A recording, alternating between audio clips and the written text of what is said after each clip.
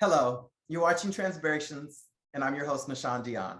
Thanks for tuning in. Hardworking and compassionate, born and raised in Belize City, Belize, Chanel Lumiere migrated to Los Angeles, California at the age of 12 after several vacation visits. Chanel has a Bachelor of Science Degree in Child and Adolescent Development and has worked in the early education field, serving children and families for over 18 years.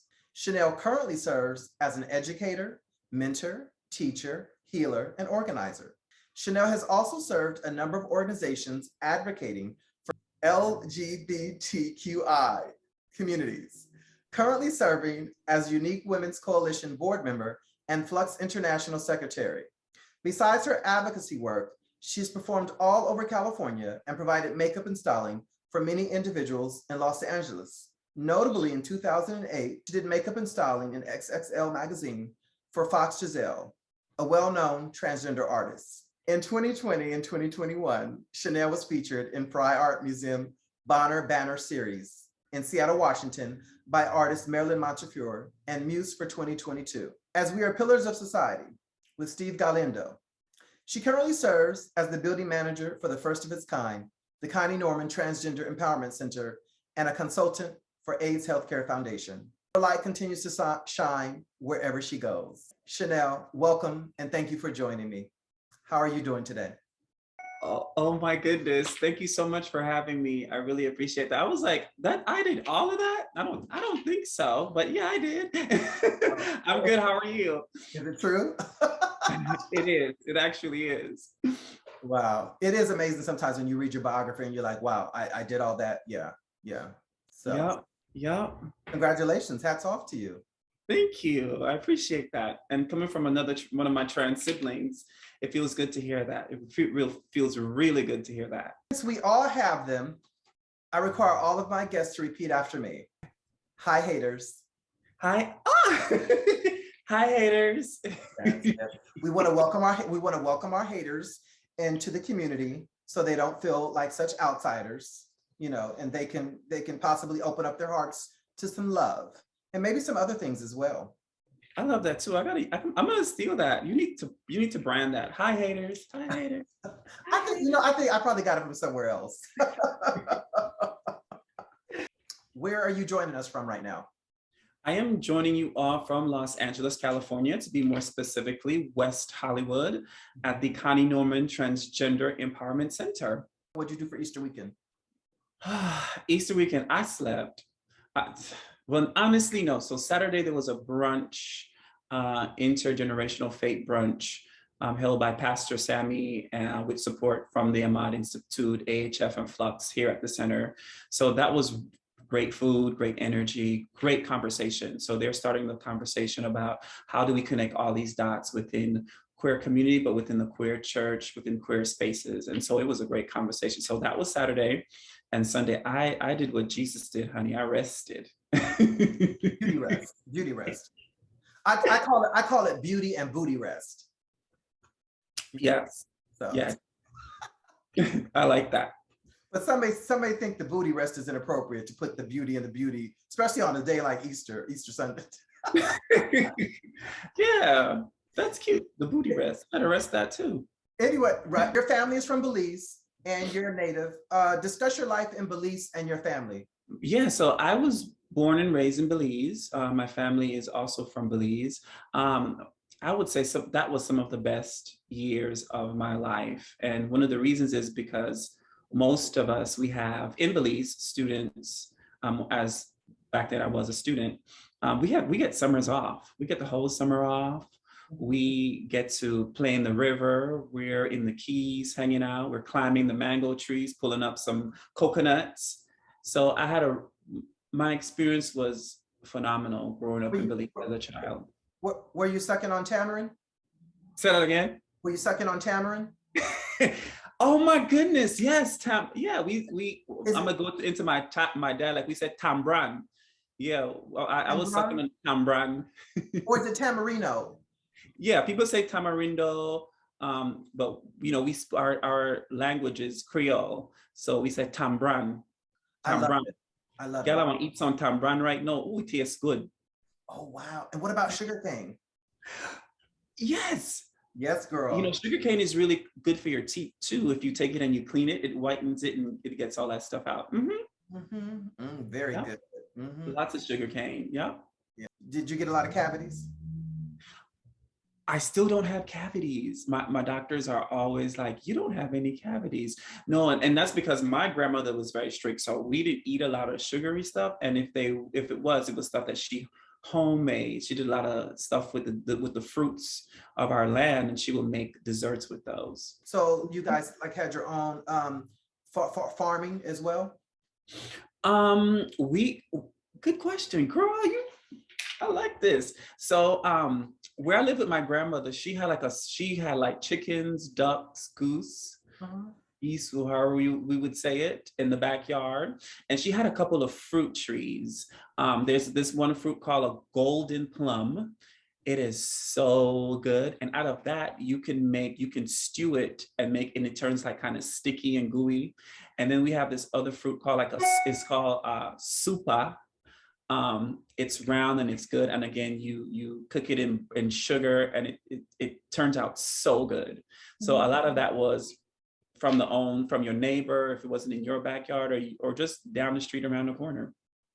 As a child in your community, do you remember seeing gay boys, trans, lesbians? Do you remember seeing anyone who was outside of the heteronormative community? Definitely. And there was this one particular gay guy. I remember him because he had the shortest shorts. And I was like, I want some shorts like that. And Daisy say that again. Daisy Dukes. Daisy Dukes, Gucci cutters, booty hug, all of that. And so he was very popular. So I lived a while in Cayo. Cayo is one of the districts in Belize. And so at that time with my grandmother, I was going to an Anglican church.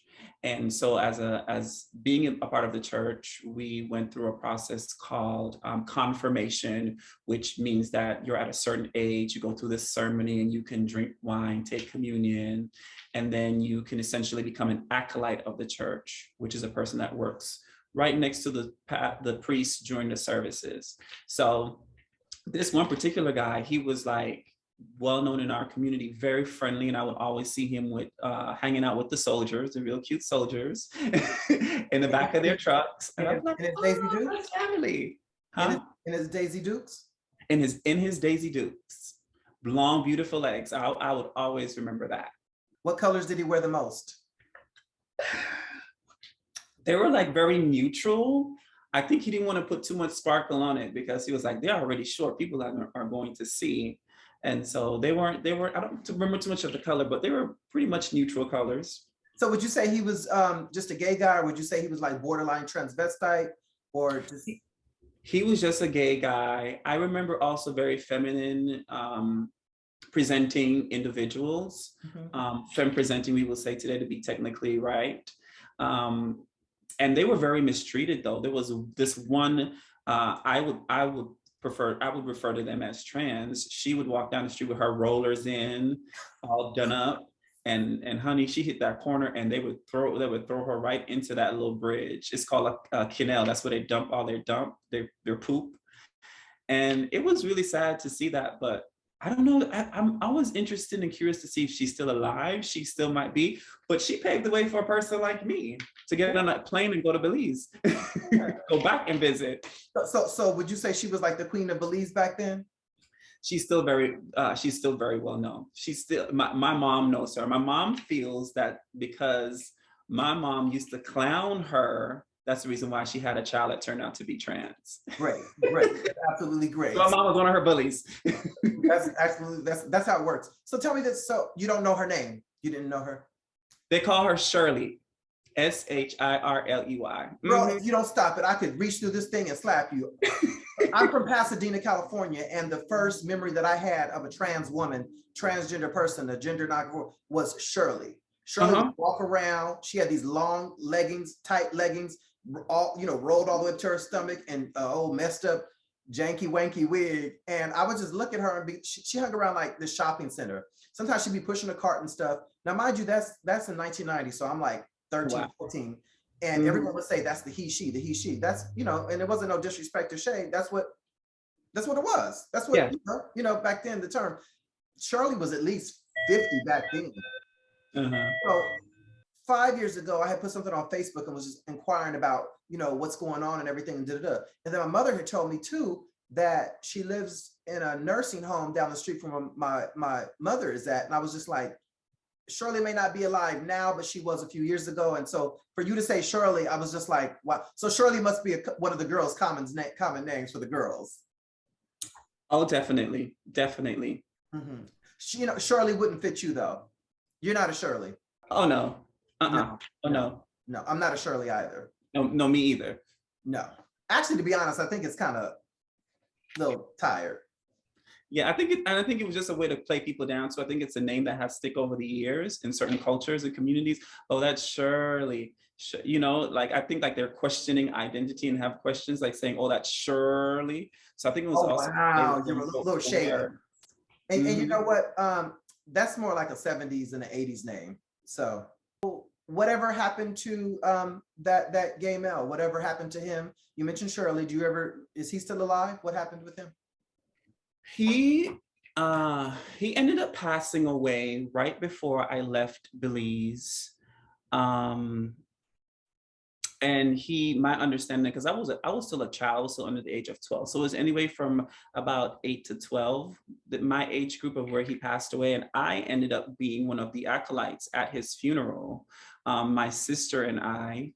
And I still can remember it to this day that at his funeral, there was probably only 4 people there, and he was very popular, but I know because the word had gotten out that he died from HIV/AIDS, that people, and it's still frowned upon now, people were like, oh, we're not gonna go, we might catch something. I also remember when we went to the burial spot, because in our country, we do the whole thing. It's probably not till now you're hearing about cremation in Belize, if it's happening.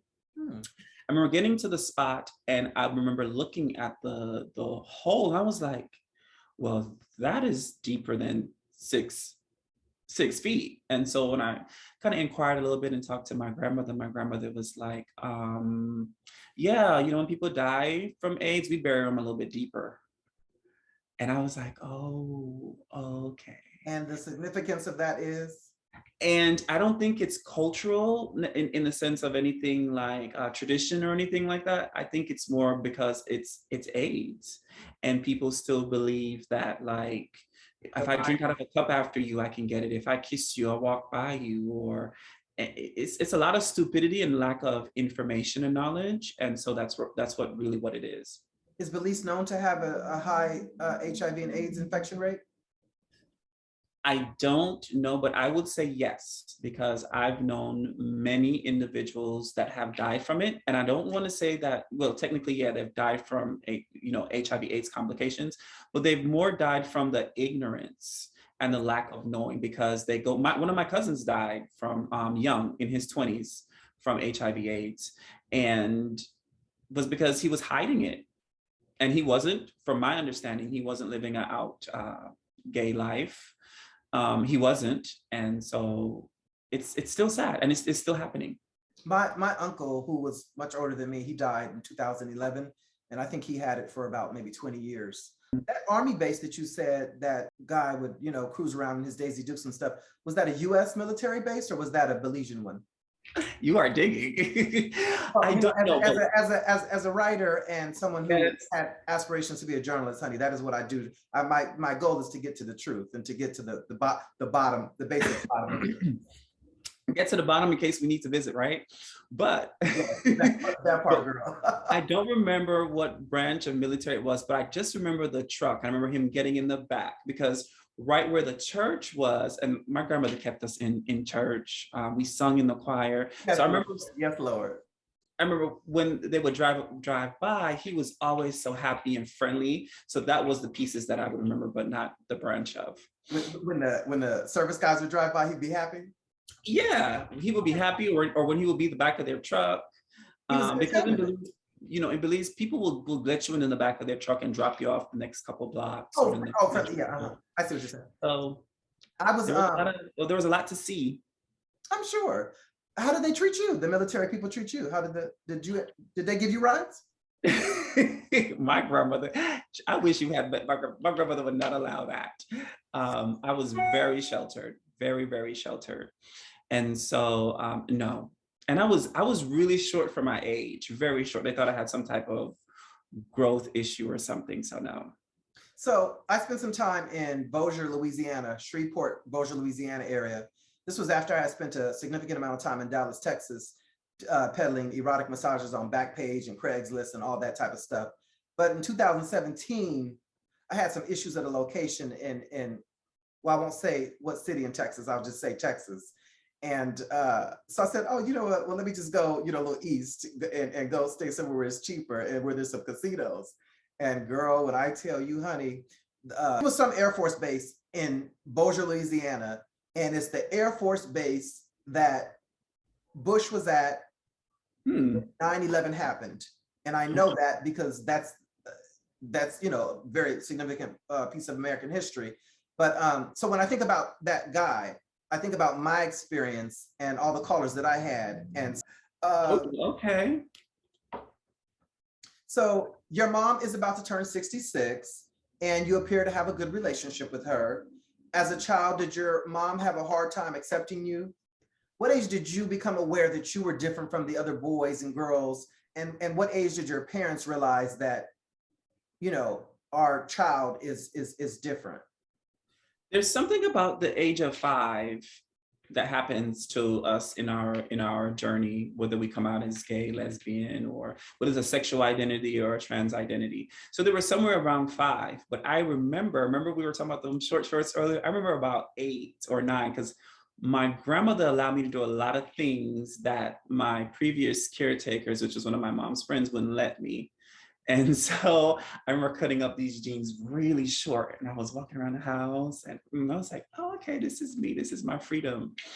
But to my mom, I didn't really officially come out to her until I was 19, and she cried. So when you say come out, you mean As first as gay. as gay. So you were not gender non-conforming, or you were not expressing any type of feminine. None of that. At 19, it was just more about, can I be vulgar on here? It was like, oh, yeah, this is the dope. Girl, I like dick. I'm sorry. No, back then it was like, girl, I like dick. I didn't say it like that, but I got caught kissing the neighbor, and it was a good kiss. It was the second time I had kissed a boy as an adult, or like a teenager, I should say. And that was my outing moment, because I believe how the story is told, that my brother saw and went and told my mom, and I was like, oh, okay. And she wasn't having it, because then I think right after my sister came out as a lesbian, so everybody was just coming out like dropping bombs. Your sister's a lesbian. Oh yes, and I hope she's watching this. Oh wow. My mother caught me in the backyard. This was 1983, 84, 85. Caught me in the backyard with a friend of mine, a childhood friend of mine, and we were being intimate. And I know I'm the one who initiated, because that's just my personality. I initiate a lot of things. I get things started. And so she didn't interrupt, and I'm happy she didn't. She let me have that moment. But it was either the next morning she read to me from her religious literature that, men who lie with men will not inherit God's kingdom, and it's an abomination and all that type of stuff. And it sticks out in my mind because at that very young age, she shamed me and made me, try to make me feel as if something was wrong with me having affection for boys and being intimate with a boy. And, obviously that didn't deter me. Here we are presenting. And right. So the fact that you would say that, I wonder, and of course, that's why so many boys on the down low or keep it, away from their families and stuff, but I wonder how many other boys did get caught, but, or get caught like, with a mouthful or some other things, or a handful. Right, and still getting caught. Well, I had to learn, because I've lived in New York, I've lived in a lot of places and stuff, and I don't have problems renting apartments, no problems with healthcare. I mean, I know a lot of trans and stuff. I hear different stories and stuff, horror stories, but I know we've been in this pandemic for 2 years, but I find that people people don't pay attention as much as one might think they do or whatever. But obviously when you are, the more passable you are, and, being attractive does help, people don't tend to, they don't question you. True. And I think that, and for some, it might be a little offensive, but I think they tend to kind of like leave you alone and try to connect with you as well. And yeah, there's something about that. Everything was cool with your family. Yeah, my dad had a really hard time. He actually put me out I was around 18, 19, or I was just out of high school. So it wasn't until like the following year. Yeah, he literally destroyed my things, my room with a water hose. Took a water hose, yes, went to the backyard, took a water hose. I lived in a separate part of the property because there's 3 houses on our lot. So parents in the front, I'm in the middle, and then we have some tenants in the back. Took a water hose and just went through and damaged everything with water. And that was his way. After your mother had caught you with. That was part of it. The other part of it was just him. He pretty much told me that he'd worked too hard for me to be anything different than what his plan was for me, which was to be a man and have kids, procreate, do that. And so he was like, I'm going to show you how I do things. I know, the derogatory words for gay men in several different languages. What is it for Belizeans? Oh, you were about to say Batiman. Oh, it's Batiman? Batiman. Yeah, I was in Los Angeles, the Mid-Wilshire area. I used to live over there. And I'm always walking. I walk a lot. That's how I stay slim and getting some fresh air. But I remember one time I walked by this club and this Jamaican guy, he was like, oh, Bati man. And I think I ended up cussing him out. I know what that is. But I went to Jamaica in 2012, had a wonderful time. And I was on a horse with the instructor, or, the person, I'll call him the handler. And we were, just cruising through an area and stuff, just me and him. And I had on a hat, some jeans, just, casual, nothing far from the glamour, And this little girl probably was 14 or 15. And he was like, he told me what she had said.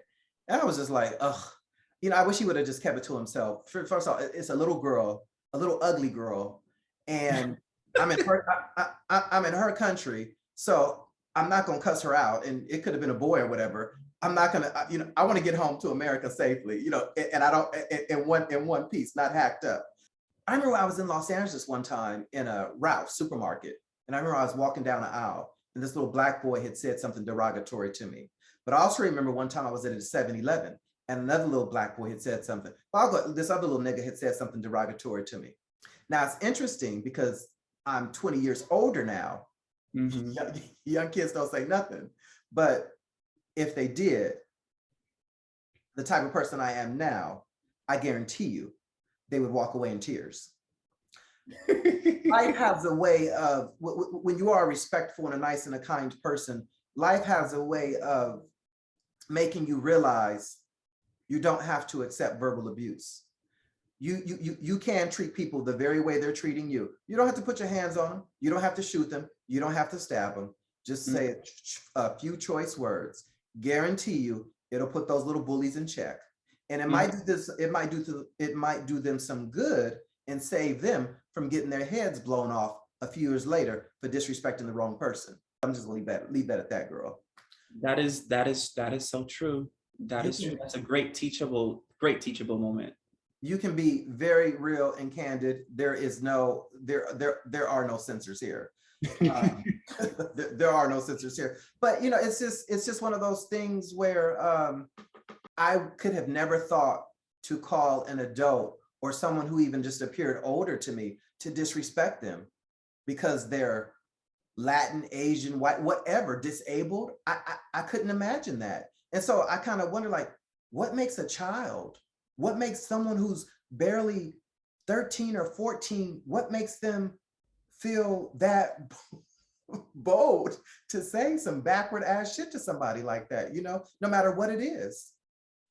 Yeah, and I think, it's also with what they value and what their family value, what they see in media and what media says about individuals like us. And I'm pretty much probably the same like you. I would never say anything as a child out of pocket to an adult. We lived by this unspoken rule of as a child, you're seen and not heard. And even if an adult walks by and say, hey, how are you? Your parent might answer for you. Your sister might answer for you, because that's how we were raised in our culture. And I think that some of those things should, not all of it, but some of it should be implemented, because we have just a lot of children walking around just, and just going back to the important piece of compassion, because we're all human beings. And so that's how I lead my life and my journey, is with compassion. But I thank you for stopping and giving those little jewels and teaching our future about that. And I'm gonna say this, I'm enjoying myself in a country. It's my vacation, a place that I love the Caribbean, been different islands and stuff. Wherever I go in life, I don't leave my home. I don't put myself, I don't go out of my home to fight people and to create conflict. So I'm definitely not going to travel to another country that people tend to say is anti, gay and da-da-da. So why would I do something to draw some negative attention to myself, to just like, no. I'll teach you something to tell them though. Tell them, wash them bread. Wash your bread. Girl, I think I already have an idea. Is that what I think it is? It is. Basically, you say I can be uncensored. That means, if you want to be that, you might not say that to a child, maybe an adult. But you basically tell them, you are telling them to go wash their pussy. I knew it wasn't the mouth. Worry about me. Go wash your bread. Oh my God. Is there too much yeast in the bread? It might be. Or a simpler, easier way that we do that's really catty. They come and they act like they ask me, are you a boy or girl? This is what I say. I say, oh, go ask your mom. I've been in some situations like that, and I don't answer anymore, because I really, well, first of all, I don't have to, but I also don't know how they're going to react. So I just say, you know what? Like, what are you talking about? Like, my whole thing is now just play as stupid as the rest of people in society are playing stupid and pretending all these games they play. So I just say, what, like, and it's so easy. I'll be like, I don't remember. Right? What day is it? What day is it? Yeah, exactly. Right. Let the games begin. How have you survived during the pandemic? And have you been fearful? What's been going on with you? You look amazing. You're very beautiful. Thank you. The pandemic was a blessing, a complete. For some, I know it was a curse. It was a worst nightmare. Let me tell you, I needed a break from life. I needed a break from teaching. I needed a break from learning how to balance again, refocus, reframe, and recalibrate. Thank you. So I got to work from home. I was a lot more productive. I got to travel. I love that, and say I was working remotely, which I was. So for me, it was really a time for me to sit back and reflect. I had a lot of deep, heartfelt conversations with my mom, because my dad had just passed away the year before. So I really got to really got down to her and say, hey, what are you doing? Are you going to retire? What does retirement look like for you? What is the plan? Because now you're our only living parent. So I really took that moment to have a lot of deep, heartfelt conversations. Okay. Were any of your, well, you said your father died a year before. Were any of your friends, people in the community affected by the pandemic? Yes, a lot of people, a lot of people that I knew, a lot of friends, distant friends, yes, a lot of people passed away. And if I may add, like Lady Red Couture, Ariel Carrington, Lady Simone, just so many people passed away, yes. And with that, how have you dealt with the grief? Have you felt overwhelmed? How do you keep from, going to that dark place, or, I I still sometimes I'm like, am I in the shock of this situation? But what I do know, speaking to grief, is that I've been dealing with grief since 2019. And I think more so September of 2021. And I don't want to cry, but it took me recently, I think it was Valentine's Day, where a woman that I had never met, I was at a Valentine's Day party, and she said to me, we were all talking about just breakups, because I was going through a breakup, my other friend was going through a breakup, and she said, every transition in your life that you had to let go of is a grieving process. And when she said that, like a puzzle, it all came together. I'm like, I'm dealing with fucking grief. I'm grieving still my dad, still my cousin who died in 2021, who was like a sister to me, all these people in the community. I walked away from my teaching career for a specific institution. And so I'm like, I'm grieving. And so I'm gonna sit in this. So what I've learned is to sit in it. Sometimes I'm driving and I'm crying, I'm screaming. I'm like, is this the hormones, or is this so-and-so who died a year ago? And I'm balancing both. And so I take the time every day to live and sit in it. I'm grateful that I haven't turned to drugs, alcohol, or any substance to become codependent on. So I'm really proud of myself for that, because it's tough out here. It is freaking tough out here. It sounds like you have a support system. You have your mother. Do you have any other? You said you have your cousin who's a female. No, your sister's a lesbian. Any other family members who are gay or LGBT? Yes. So David Laugh. I don't know. I hope by now he's embraced his sexuality, because years ago saying that he was gay, I would have been in big trouble, because apparently I'm the reason why he came out the closet. But in saying that, David Laugh, who's a real well-known photographer here in West Hollywood, he does all the RuPaul's Drag Race, most of their clientele, he works with them. I'm trying to think, do I have anyone? I have like a few cousins here and there that dip and dabble in things, you know. I know David because I met him in 2008 through somebody that we both know, and through Foxx. And I think throughout the show, I'm going to refer to them as Ox. Is that okay? Instead of Foxx? If this is your platform, yeah. I think Ox suits her better than Foxx, because she's far from a fox. So going forward, it's Ox. So I met David through Ox, and we did a photo shoot at the LA County Arboretum. It's like a botanical garden in Arcadia near Pasadena. Beautiful photos, beautiful photos. Of course, she's cut out of all the photos and stuff that I still had or whatever. And then he actually briefly stayed with me for a while in my apartment in New York. Okay. And I had gave him a digital camera, a nice digital camera. But I had no idea. He never mentioned that he had, I mean, he talked a little bit of, I guess, no, he didn't talk much about his family, but he never mentioned that he had a trans cousin, or, yeah, he always just talked about Ox for whatever reason. It just made the world much, much smaller. It does. And I think that, you know, at the time. Chanel? Yes. What's funny? You're funny. But there's some truth there. And, you know, I think at the time when David Laugh and I was creating a relationship as family, he was still dealing with a lot. And I think his sexuality was one of those things. And he didn't want to, and I'm trying not to speak from, I'm choosing my words carefully. And the reason is because, you know, his grandmother, who is my aunt, you know, made like a big stink. And this was years ago, that basically I'm making him gay, I'm making David Laugh gay, and all this mess.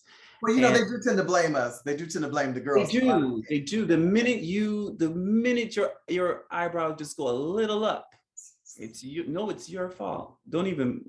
It's your fault. You did it. But years later, I think David and I, when we see each other, we give each other love.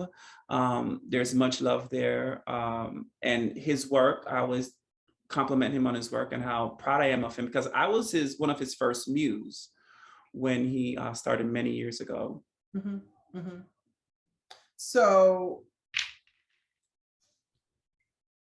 you mentioned your mother, your father. Tell us about your grandparents. How did your grandparents, like, what do you remember about your grandparents? Are they still alive? Honey, all of them dead. And we want to know a funny story. My grandmother and father was older than, no, my dad is older than both of my grandparents, whether they were alive or not. So basically, my mother married my dad, who was 26 years older than her. Yes. So, and then my grandparents all, even though my dad was older than them, my grandparents all died before my dad on my mom's side. Wow. Yes.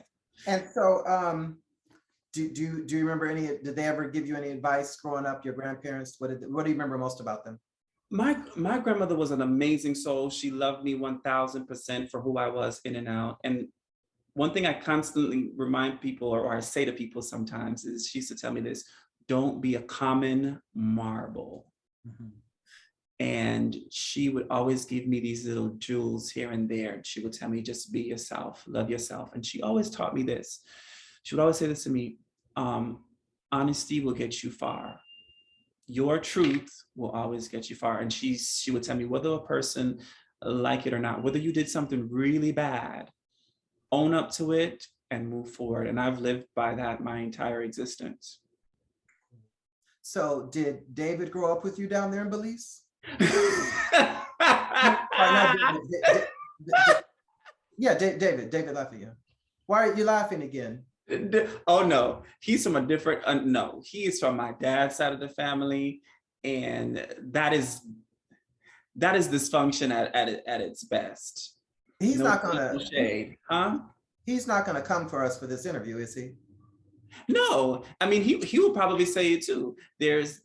And you know, my dad, bless his soul, my dad will tell me there is a certain side of the Smith family you just don't hang with. And I took that in great consideration. And I still practice it like I practice yoga every day. Okay. Now, ox might come first, but that's expected and that's fine. So what was your personality like when you were, young? Were you like, what were you like? I was very quiet, very reserved. I was very, you saw me, but you hardly heard me. Most of my talents were in singing in the choir. Oh.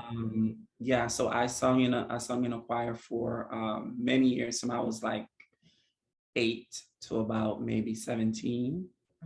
And that was fun. And so that was me. I was very smart. I did a lot of spelling bee contests and would win in Belize. Oh, wow. Yeah, so things in Belize like spelling bee, I would knock that out the water. And then when I came to the US, it was a huge culture shock. And I did a lot of marathons. So I did the LA Marathon twice, completed it twice. And what year did you come here? I came here in 1997. That's when you moved?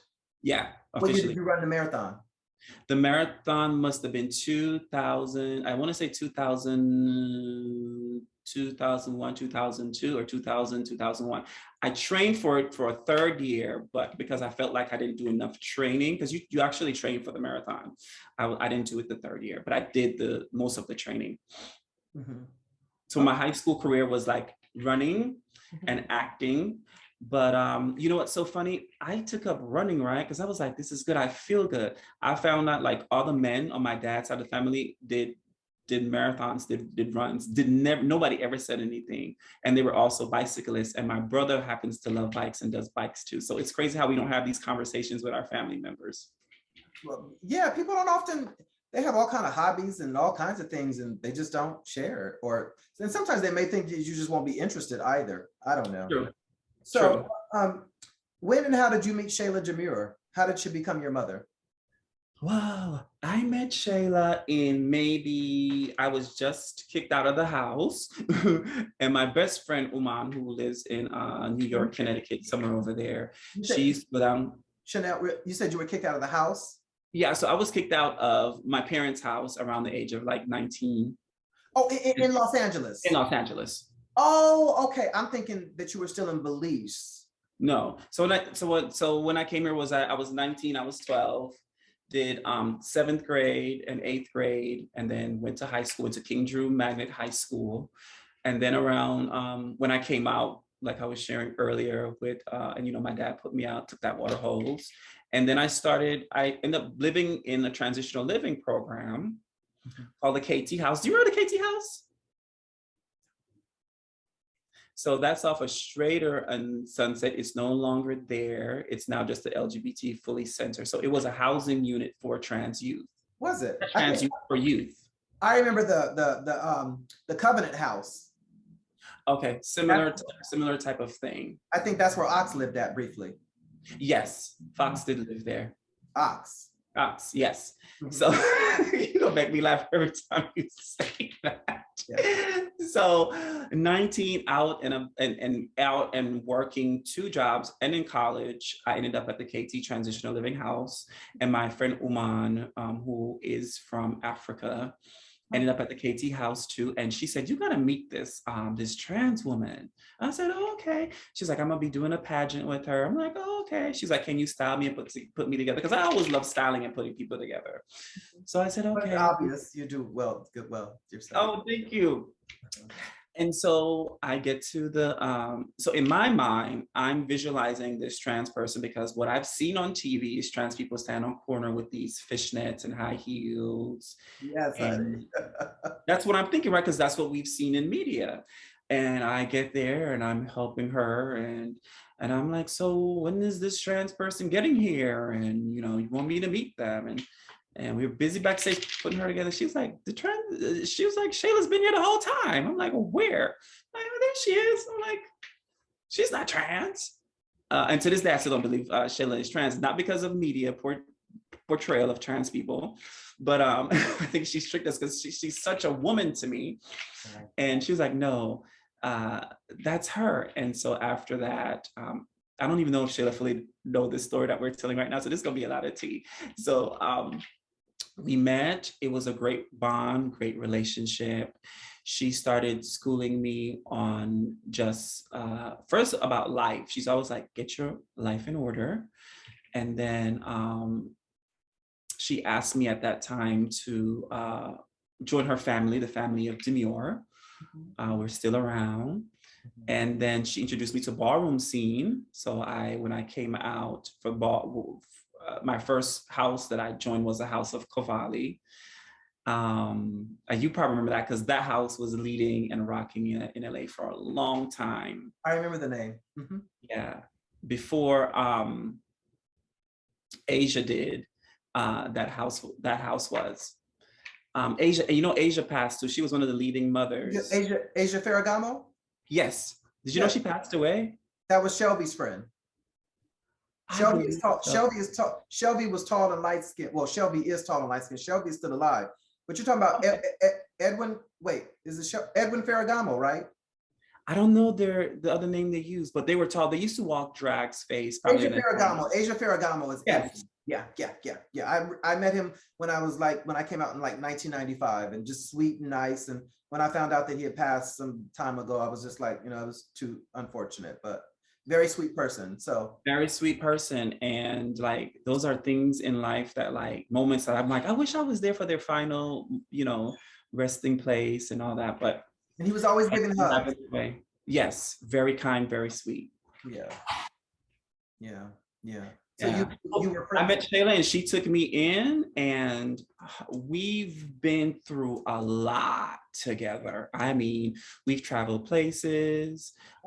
She had to push me up in the corner and tell me that watch my attitude. All of that. You want to make it home in one piece. If you want to still be walking around here pretty. Exactly. That right. Showing those beautiful pearly white teeth. So, although you are Belizean, and you obviously have a significant or a number of African American friends, do you identify as African American, or do you I identify as Black? And that's because my daddy told me one day, because for a long time I would go around and say, I'm Belizean. I'm separate from everybody else. And my dad one day was like, no, you're not. Belizeans, we are Black people. You're Black. I was like, oh, ooh, thank you. And so at what age did you start transitioning? I started transitioning about, I want to say, so I have two parts to my transition. I wanted to say I started transition about 6 years ago.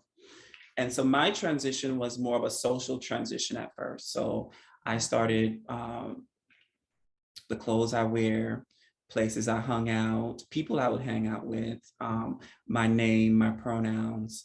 And then for the past 2 years, I've been committed fully to my hormone treatment. Which before then I was dipping and dabbing in things, but it wasn't until I really sat down with a therapist, which is very important. I sat down with a therapist, talked to them about how I was feeling and what I needed and what I wanted to look like as a woman. And it was so affirming and one of the best things I've done. Cool. So what was the process like? Ooh, the process is tough.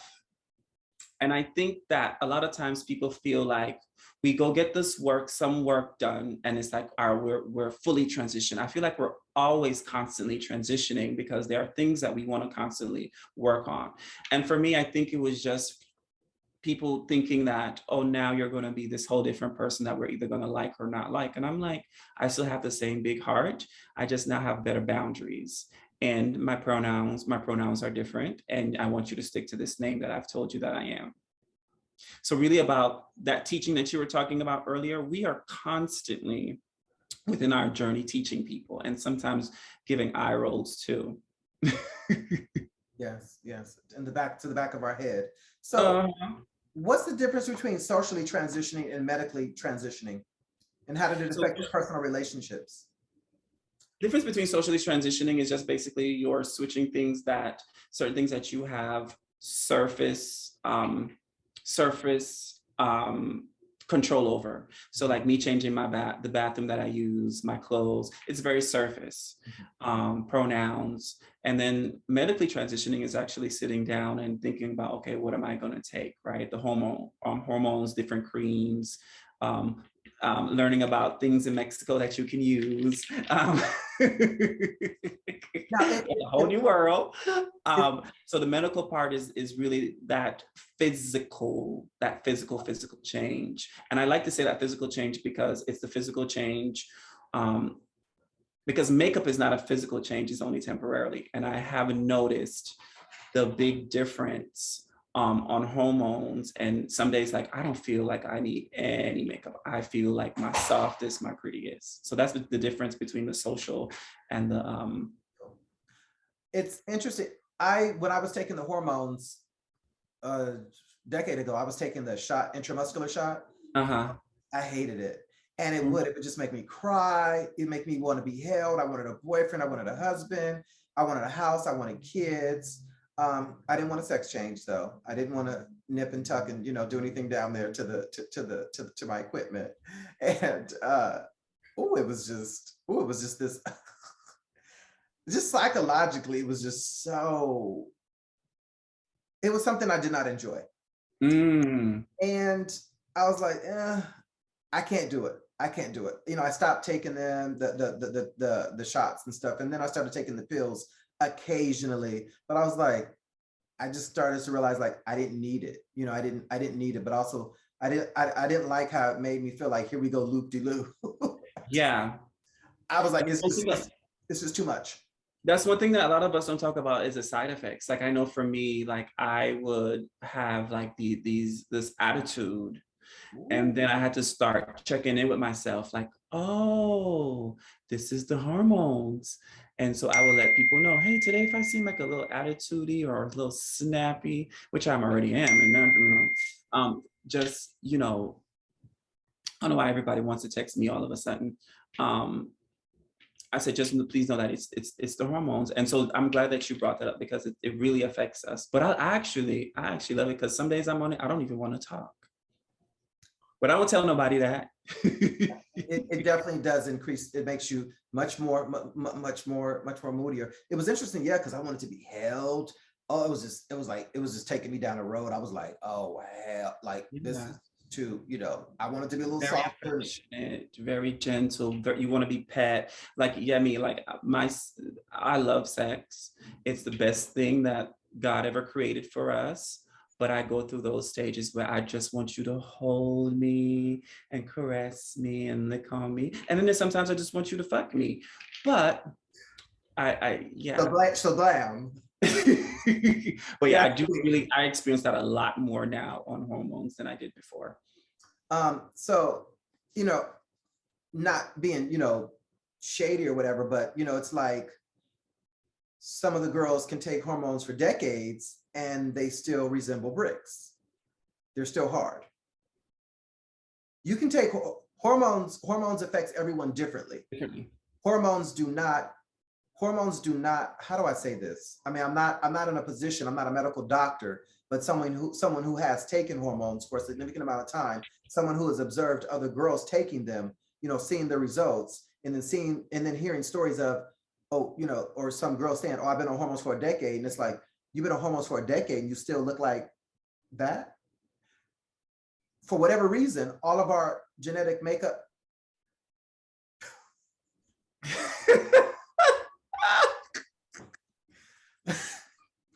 For whatever reason, all of our genetic makeups are different. And we're not mocking anybody, but all of our genetic makeups are different. And so it's one of those questions that it's not a question, but it's like, how can hormones, make some girls look like supermodels or just like these, like, wow, like these goddesses.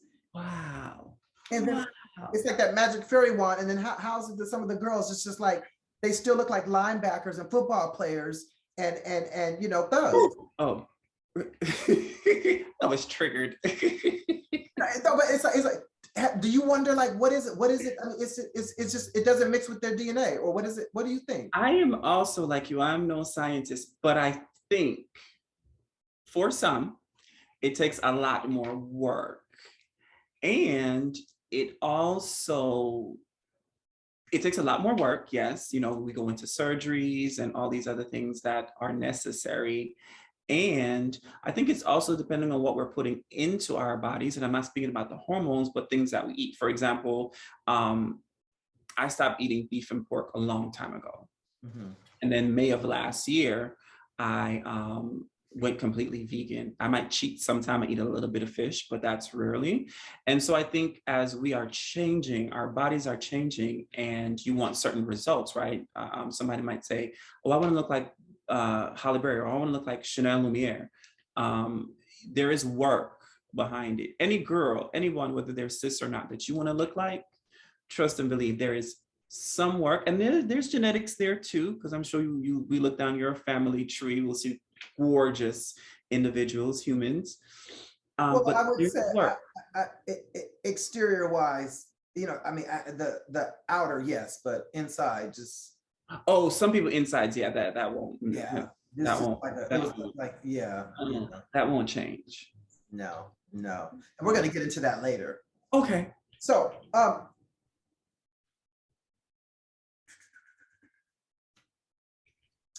it's much easier to transition now than over a decade ago. There's the IDs, the gender marker change, documents, gender neutral bathrooms. Do you think younger trans realize how easier they have it?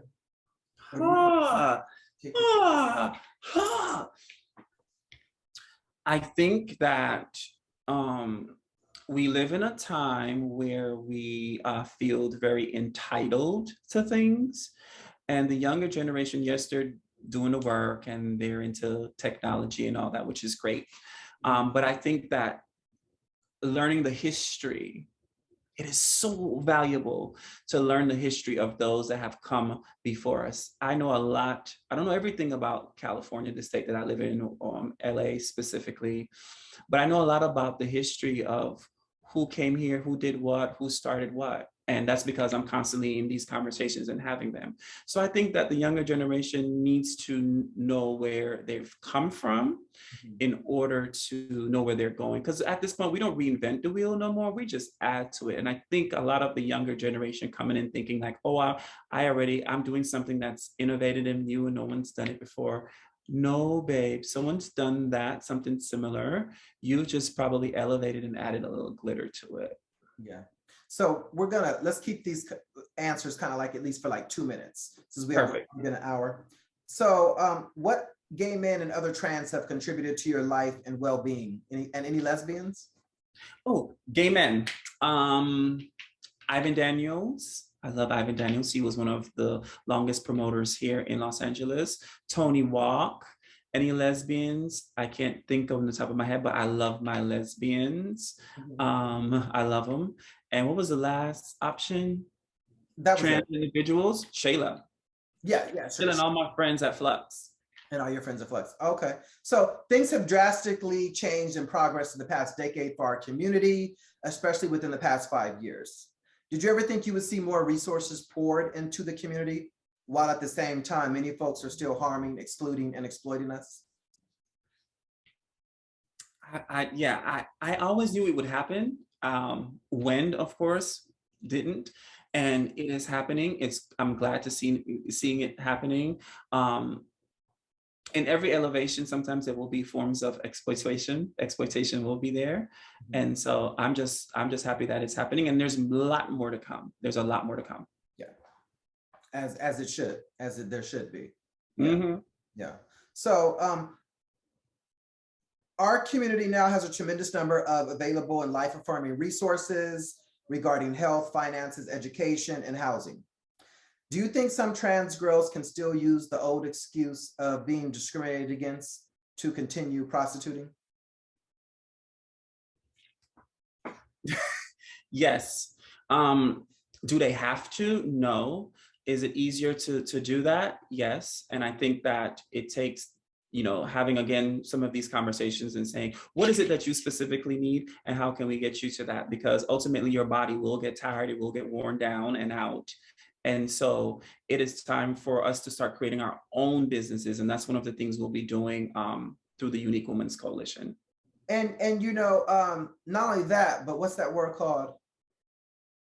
My experiences from being out in the community and going to Peanut, all the clubs and being around the girls and stuff. And then, as time goes by, seeing them, with their meth addictions and just seeing how they start to, I wouldn't say lose themselves, but to see how it the toll that it's taken on them. They don't look the same. They don't sound the same.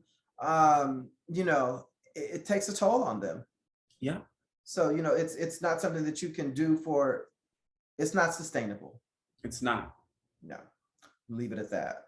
So, would you say some are lazy and enjoy being prostitutes, you think? I think to the outside world, or those that don't understand, right, they probably would say that, but I don't think that they're lazy and enjoy any bit of it. I think that they don't know their value. And that is something that must be learned, and constant reminders as well. And they may not have certain life skills. They might not have the life skills, they might have the resources, they might not have that family connection or some type of support system. And it takes a lot to work to be a trans individual. So I want y'all to know that right now. And if this ain't right and this ain't right, and you're not surrounded by people that can love you, it's 10 times worse. And they could possibly still, even though they're adults, could probably still be traumatized from some stuff that happened in their childhood that could also contribute to them having, not be prostitutes, but sex workers.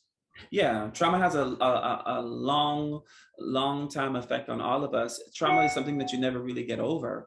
And I think that a lot of it from our childhood transitions into us in our adulthood. And if we medically transition, it goes within our transitions too.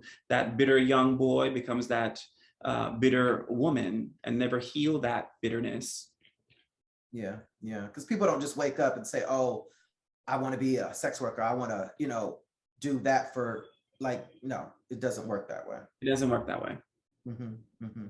So how do you spend your holidays? Oh, so I'm a huge Christmas fan and other celebrations. I love to celebrate. This was the first holiday as an adult where I was away from my family. I was madly in love, but I typically try to go all out, decorate, eat good, and all that stuff. I eat good every day anyway, but really connecting and coming together with people is how I spend my holidays. Okay, and tell us about Transgiving. Transgiving, it's in its not only is UWC it's in its 25th year anniversary, but also is Transgiving, or I think Transgiving is at 24. One is older than the other one, I can't remember. Transgiving is a time of year where we provide a meal and a beautiful table setting, entertainment for our trans community, trans and non-binary community, to come out and eat and dine and just have a great, fabulous time. It's now in New York, it's in your city. It's in San Francisco. So we are the mothership of it, Shayla Jamir, who started it. So it's now, I think it's also in DC. I know it's in Vegas as well. I can't remember the other places. So the last 3 years, it has sprung in other cities and states. Okay, and tell us briefly how you got involved with the Connie Norman Transgender Empowerment Center. I manifested this. This was a clear manifestation, and people watching this, it's important that you manifest things into your life. I would go to work as a teacher, and one of my good friends, she lives in Atlanta. She was my assistant. She was my assistant, but she was also a teacher. So I like to always say that everybody in the classroom that I work with is always a teacher. And I told her, I said, one day there's going to be a place that I can work and show up and do some great work. And I would always say that. So I knew that this was happening, right? And we had to kind of keep things hush hush. And then in last year, around September, they were like, hey, do you want to interview for this job position? I was like, I'm going to go to Vegas and be in love because I'm in love. I'm going. And like the universe would have it, this was meant for me. And Vegas slapped me left and right and brought me right back to the Empowerment Center. Wow. Yeah, universe did it. The universe did it. Can you tell us about that? It looks like is that a butterfly? What's behind you? Can you tell us about that painting behind you? Can you show us? That is a piece from our fundraiser for the Unique Women's Coalition. It's an art piece that has, we had an art show here. And so this is one of the pieces that's up for sale. It's a $9,000 piece. I cannot remember the name of the artist. I'm so sorry. But Sofia Vergara, if you know her from that show on ABC, she's very popular. So she has a similar piece just like this from the same artist in a different color. Oh, okay, wow.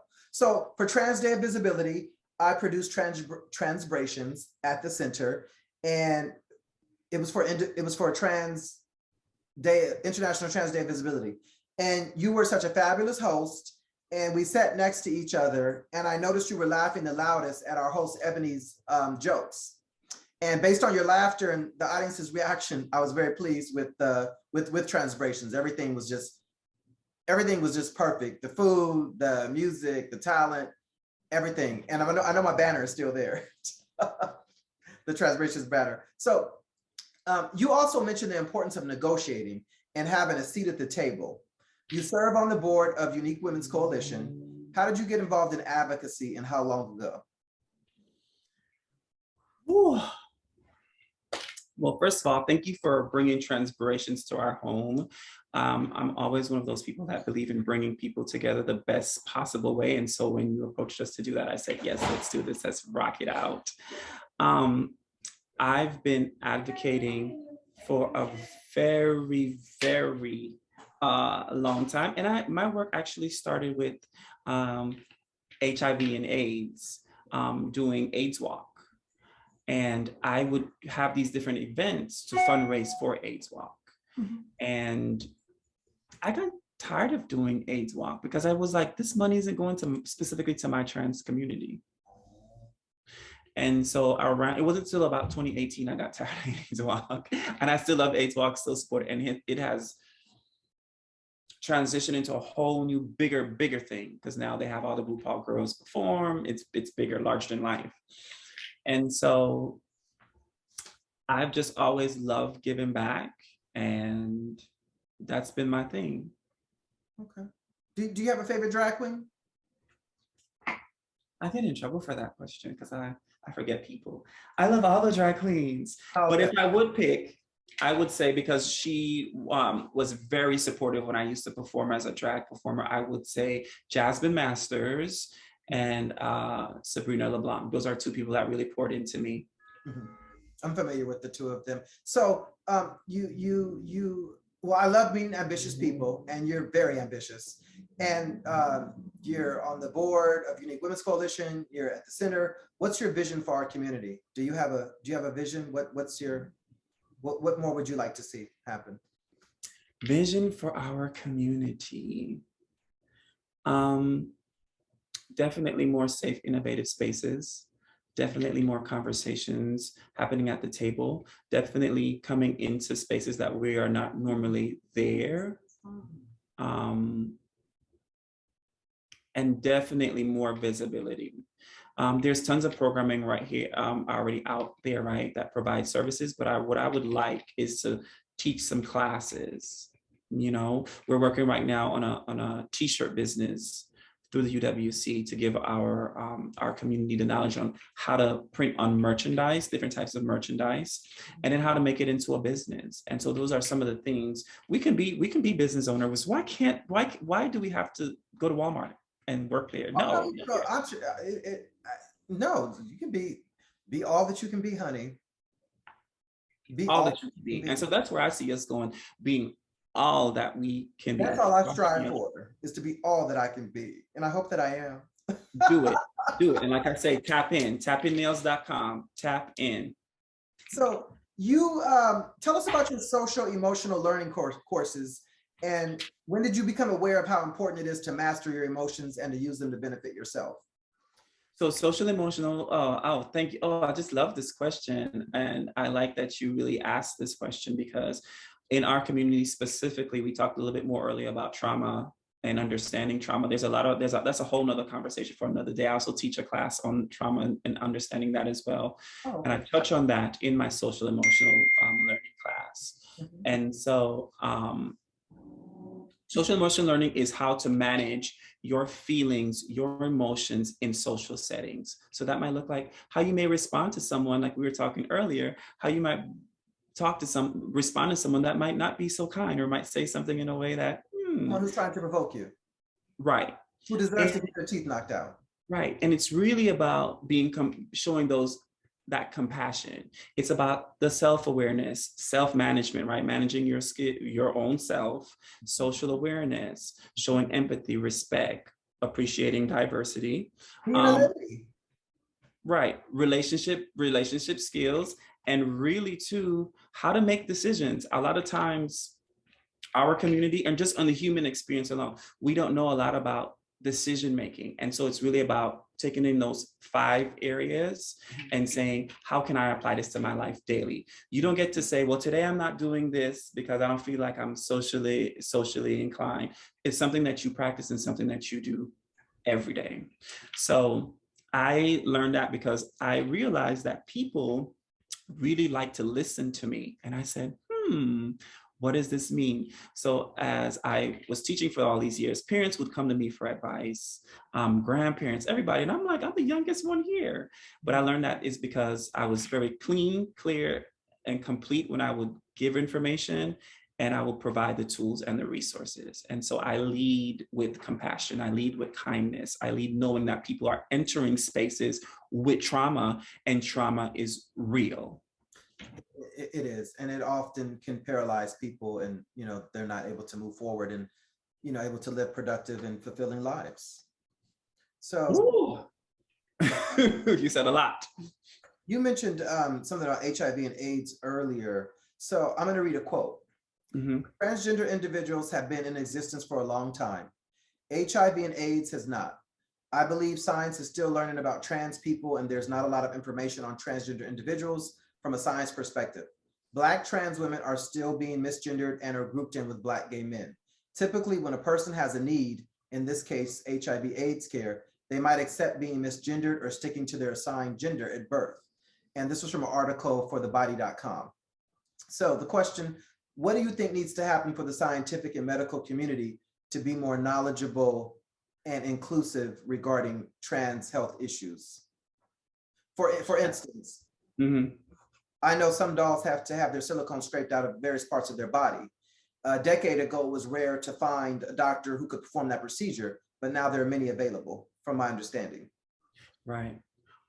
Wow, that's a huge advancement right there. Yeah, and I think that it would take more.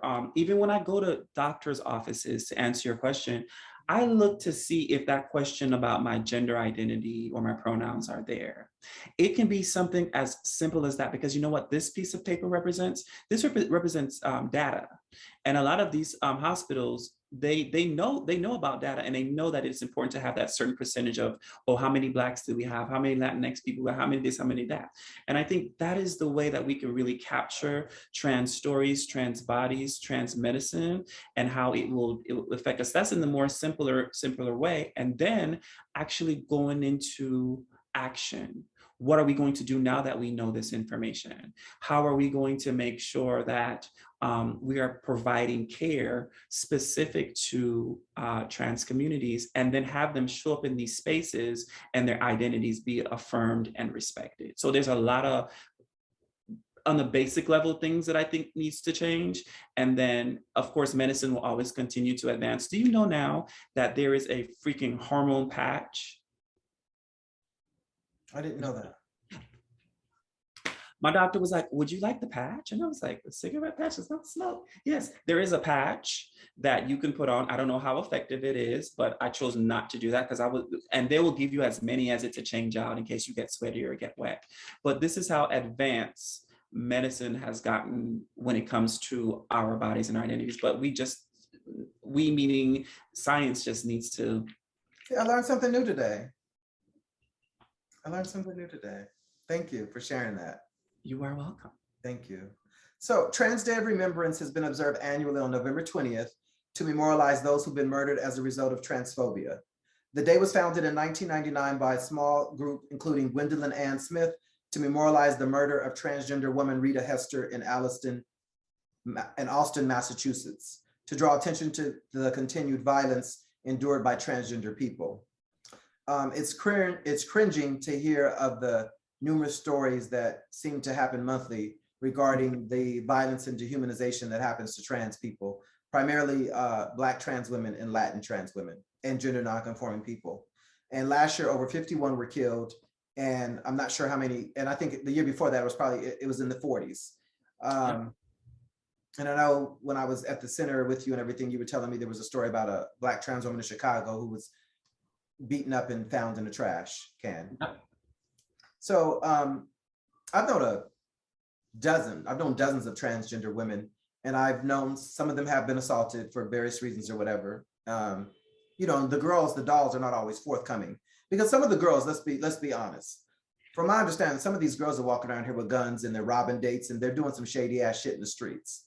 Like let's be real. They're not angels. They're not angels. They're regardless of you being trans, regardless of you being gay, you're still a human being. Right. Our community does some fucked up shit. Yeah. And sometimes it catches up with them. Oh, yes. But the media will often paint it as they're victims of transphobia or even homophobia. And that's the farthest thing from the truth. Now, right. No one, well, I mean, I can't speak and say, you know, a person doesn't deserve this and that and da-da-da. You know, if you're playing with fire and stuff, you're going to get burned. You know, I had a sister who was in a relationship with a guy who was a dope dealer and was a convicted murderer. She stole his drugs. She stole some of his drugs and some of his money. She ran off with it. He wanted it back. He started calling my family, harassing my family. I didn't know about this until after my sister's death.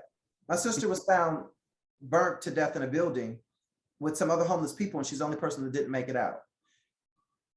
It was rumored that he's the person who set the building on fire.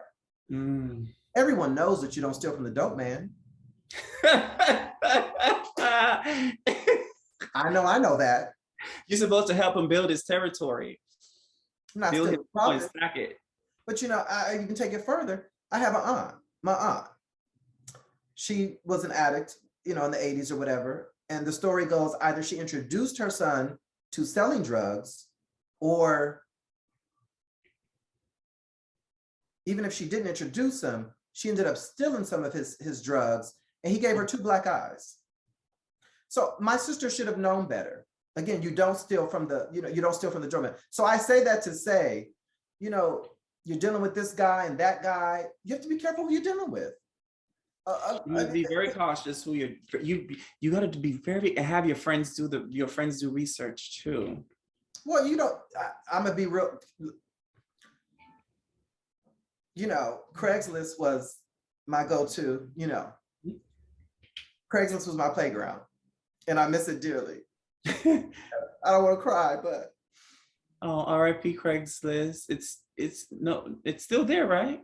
no. So the story is, I had met someone, invited them over, and when he replied, for some reason, I was able to actually see his email address, because sometimes when people will reply to you, you can see their email address. Mm-hmm. And I said, oh, you know, I'm gonna Google it. And I Googled it, and it linked to his Facebook page, because some people, you know, email addresses linked to their Facebook page. And so I saw his name and his profile and stuff. And I said, oh, I got his name. I said, I'm just gonna Google his name. I read the most disturbing thing that I had ever read about somebody who I just met but didn't meet. He had served a significant amount of time in prison for the murder of his mother. That still didn't stop me from letting him come over.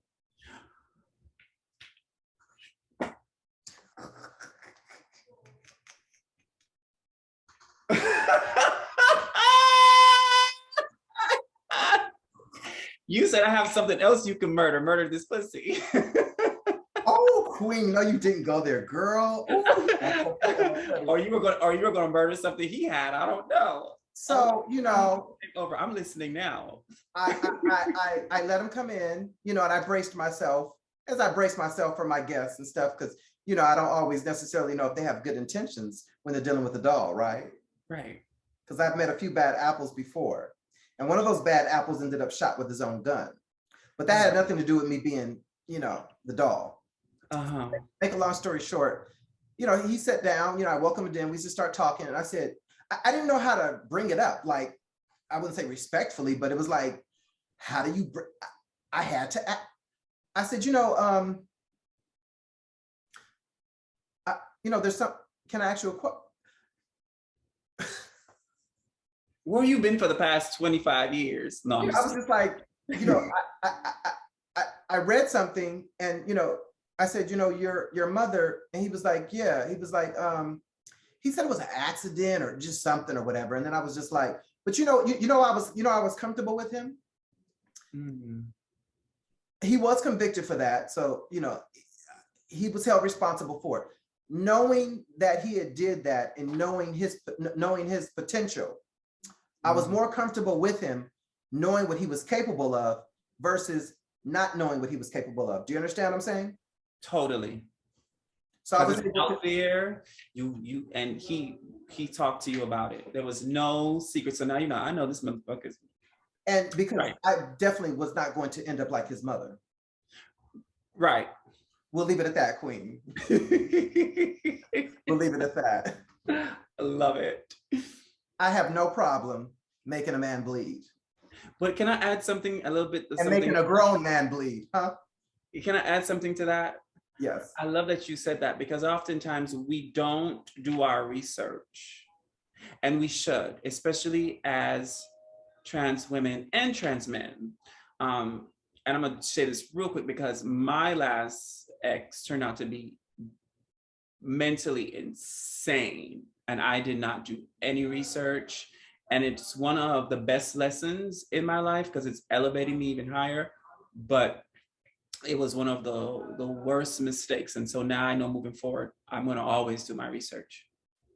I think I want to say due diligence, but I think that's more so in business relationships and stuff. Well, relationships are business, but Google is my best friend. Yep. And yeah, Google is my best friend. So just, you know, you just want to be cautious. But so what I was saying was, I kind of went off on a tangent. I knew a trans woman, Victoria Carmen White, and I knew her since like 2000, 2001.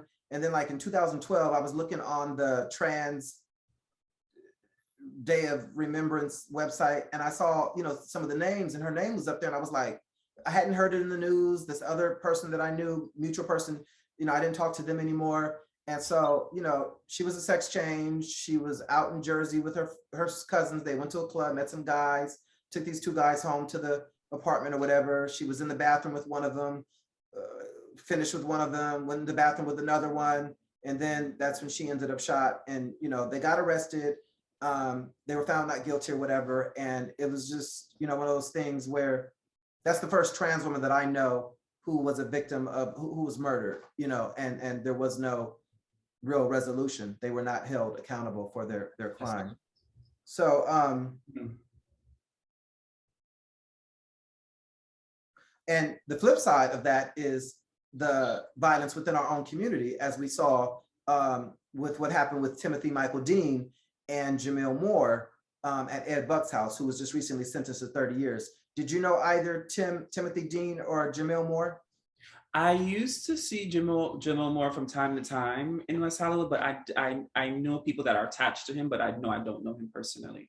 I didn't know him personally. Yeah. But the story was like all over the news, and it was a really, really sad situation. I'm just careful with men, whether they're gay, straight, or it doesn't matter, they're men. And being a biological man, you know, having two great grandfathers who shot and killed my great grandmothers in Texas in the early 20s and 30s, you know, they didn't want to be with them anymore, whatever. Just knowing, you know, the male nature, the violent tendencies and predisposition towards violence, but especially when you do become more feminine and more, you know, appealing to them, you have to be very careful.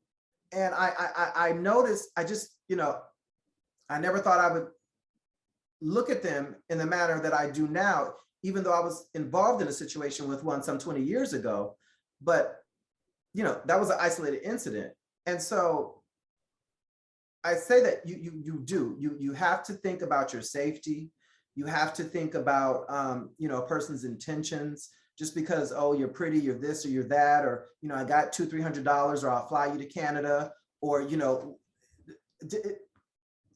you still have to, you know, again, do they have good intentions? And so I've lived my life with that, you know, not like hovering over my head, but I'm just like, okay, how is this person making me feel?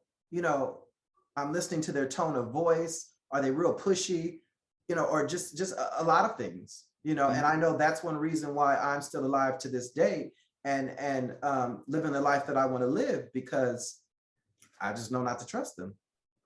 Yeah. It's a lot of foul people out there, even within our own community. Within our own community, I could give you a laundry list. So yeah. So have you had any negative experiences with men? And if so, how did you deal with them? I am dealing right now with a negative experience. I can't talk too much about it because I have to go to court over it. Not court, yes. honey. Say that again. Not court. Yes, I will be in court in May. Testifying? Yeah. Oh. Ooh. Me, and I never would thought, I'll be 37 on May 2nd. I never thought that I would have to be in court to talk about to tell your truth. To tell my truth. I'm trying to pick my words carefully, because, you know, he might see it. What is it? Put your right hand on the Bible. I swear to tell the truth, the whole truth, and nothing but the truth of help God. But it's just like you said, we must do our research. We must pay attention to those clues, those red flags. Yes. Maybe them talking too fast and trying to sweet talk you or promising you all these things, because they will do that to you. And oftentimes, you know, I go for a lot of walks and stuff. Come on, get in the car, hurry, get it. And I'm just like, I'm enjoying I don't want to get in the car. Right. And what's sad about my situation, and all of it is sad situations when these things happen to us. This was a person that I was in a relationship with. And so I personally, from experience, can see how a girl can get caught up. So when you asked me that question earlier about being lazy or just want to depend on sex work, I can see how we can really get caught up, because men may have all their own resources, but then start doing, but would isolate us. Because this is what happened to me. It's my lived experience. Would isolate you or make you feel that you're not of value. And then you start thinking, well, where can I go to get these resources? And where can I go to do that? It's a mind game that a lot of men play with us. And so we have to be 10 times stronger. That we really, really do. And I'll say this, they love for us to entertain them. Love for us to entertain them. And it's just, you have to be very careful who you choose to entertain, So you're talking about dating and relationships. How's your dating life been? And do you enjoy the dating game? Oh, the dating life. I love. I love to be in relationships. I am the most romantic. You come across very sensual. Yes, I love all that. I'm currently single. I plan on being there for a while. I was in a relationship for 6 years, and from there, with a trans man. And then from there, I got out of that, and I ended up with another trans man who now has me in court. That's how you roll? That's how you get that? That is not how I roll. What happened to me a couple of years ago, I told God, I want you to send someone that's going to love me and treat me right and take care of me, and I don't care what their gender are. And he sent back to back two trans beautiful men. And it's the best. Well, I'm getting all wet thinking about it. Like I said, don't knock it till you try it. It was both of them was one of the best experiences. But like we were talking about earlier about trauma, if we don't address our trauma within our former selves, what we were assigned at as birth and the things we deal with, it will show up in our adult relationships.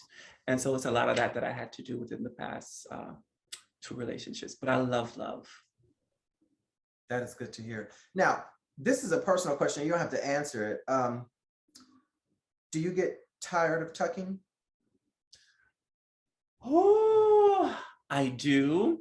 And so whenever if I can go further, this is a safe space. When I don't feel like doing that, I wear flowy dresses. So if you ever see me in a flowy dress. When I saw you at the first time I met, you had that flowy thing on. Yeah. Oh yeah, girl. Yeah. Okay. Gotcha. Yeah.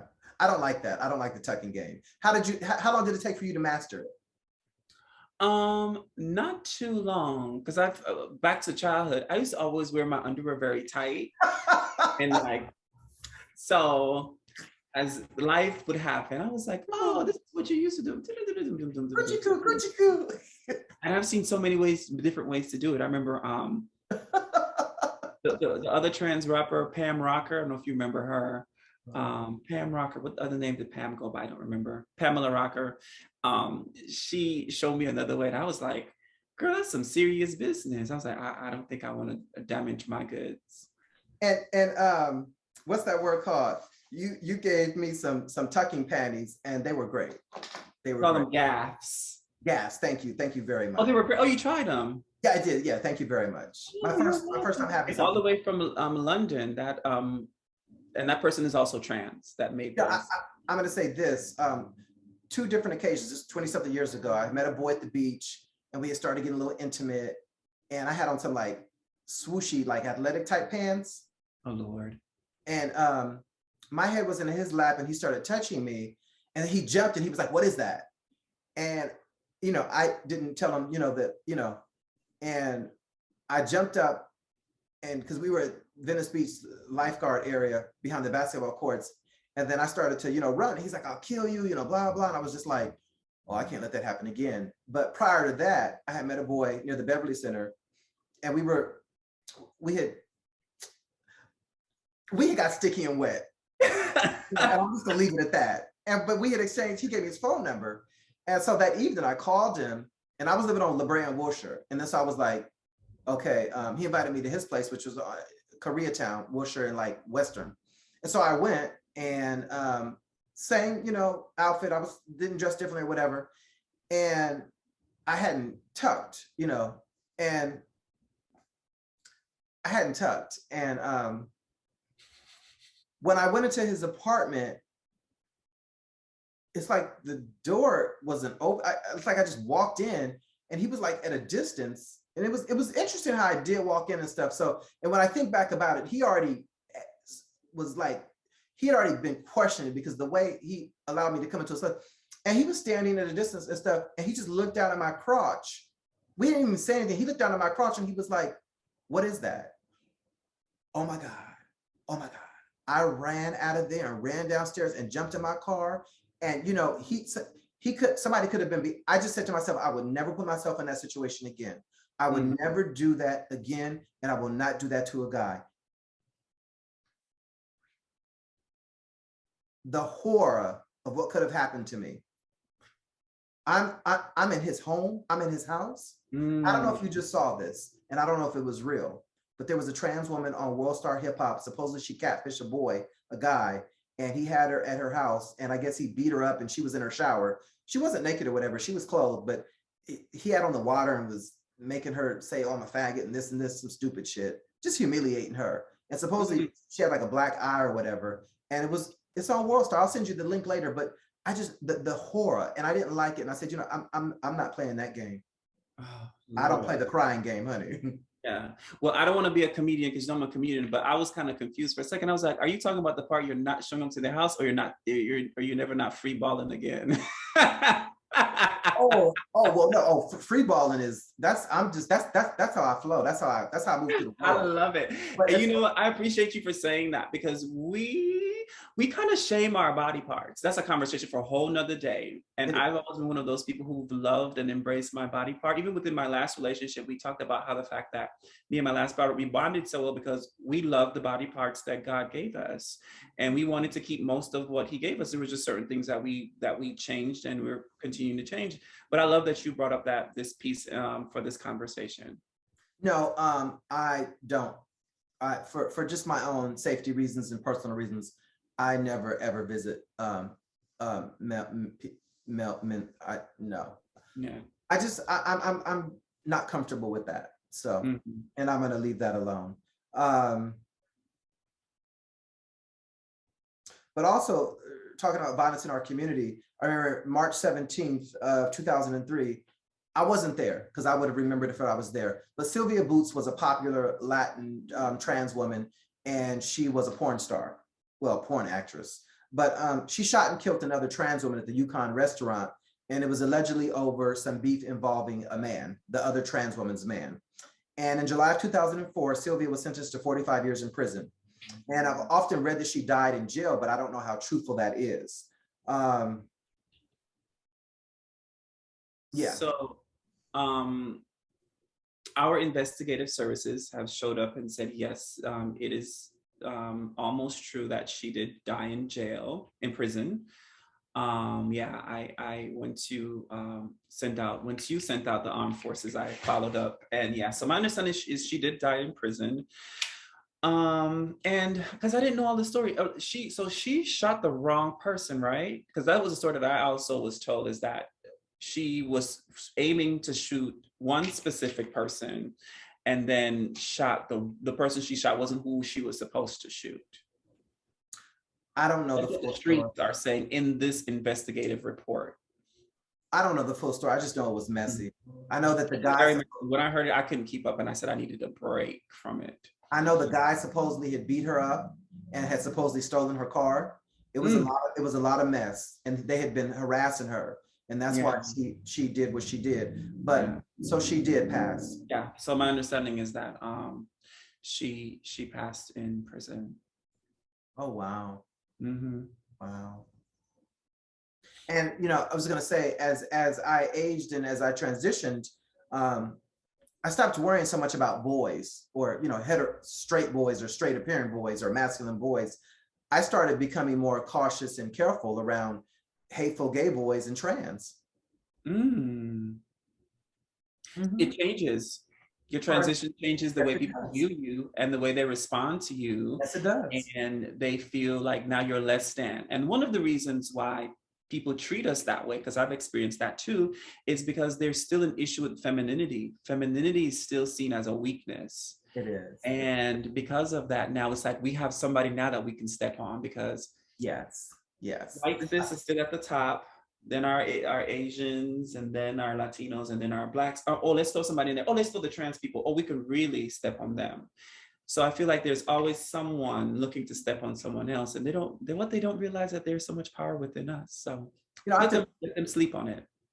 Knowing a lot of, gay males, heterosexual males, family members, and I'm just like, if they've been through some of the things, well, I know their balls are not as big as mine. My balls are pretty much almost to the floor, based on my lived experience and things that I've done, been through. And sometimes I'm just like, okay, well, I did this, I did that. I'm not talking about accomplishments. I'm just talking about, I was able to, get through this, move through this, do this, da, da, da. And I'm like, what's their excuse? These are men. They're I would say straight appearing men. They're masculine to some degree. So what's their excuse? And it's so interesting because I look at men so differently now. Yeah. I don't look at men the way I used to. Definitely not intimidated, but now I look at them as so much weaker now. Yes. And I know some would say, well, girl, you got nerve. Yes, bitch, I got all the nerve. Yeah. You know what? Thank you for saying that. So when I went to Belize, and I wanted to add this earlier, so I'm glad it came back up. When I went to Belize, I hadn't been to Belize in 23 years from coming in 1997. So I went back in 2020. I went again back last year. Bought a ticket to go this year for March, didn't go, but I'll be going in August. So when I went back for 2020 for the first time, I realized how much misogyny was in Belize, like so much. And then I told my mom, I said, the reason why is because we women are so powerful that they don't want us to be on top. So when you said about that weakness piece, in that moment, that connected back to Belize, when I realized most of the women had careers and was making the money and making huge change and striving for, like you said, not success about accomplishing things like I bought a car, this or that, but really making change within their community and inspiring other people to rise up. And I said the power in Belize to change Belize or change any institution, right? Or country, whatever, is within the women, and men fear that. Thank you so much for bringing up misogyny, because it wasn't until I became more feminine, this decade of living this way, and just seeing how men, they just walk over women, they ignore them, rude, disrespectful. And at times I'm just like, I know some of my experiences and stuff, and I have to catch myself because I'm just like, yeah. It's not so much that I forget how I look or come across, but I'm just like, wow. They're such assholes.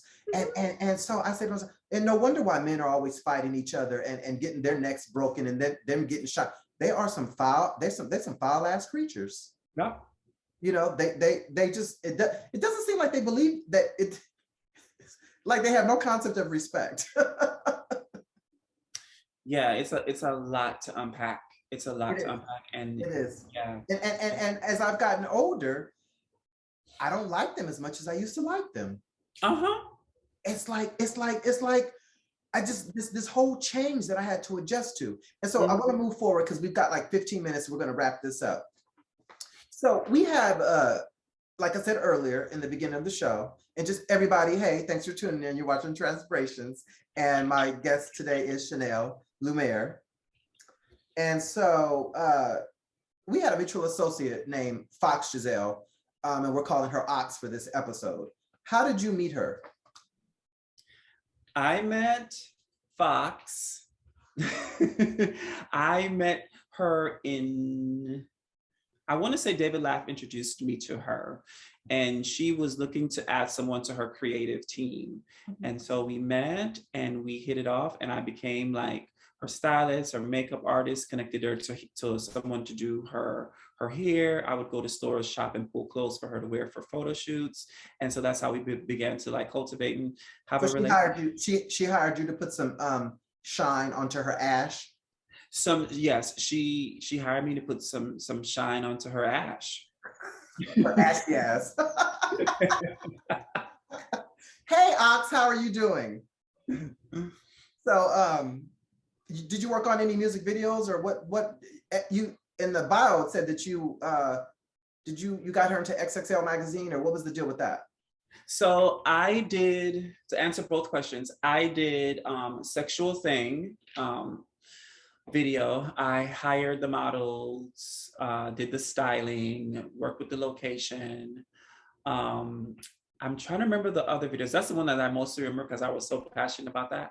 There was other videos that I worked on with Foxx, and this was one of partly of the reasons why our relationship kind of fell off, was because the last project I worked with her on, I was right before I was diagnosed with stage 2 Hodgkin's lymphoma. So for those of you who don't know, Hodgkin's lymphoma is cancer. They found a mass the size of a grapefruit in my chest. And so to me, this project that I was working on for her, this last music video, I can't even remember the name of it. It's like 3 of them, but they're all on the internet on YouTube. Was it a sexual thing? It was a sexual thing. It was some other videos she brought me on to work on.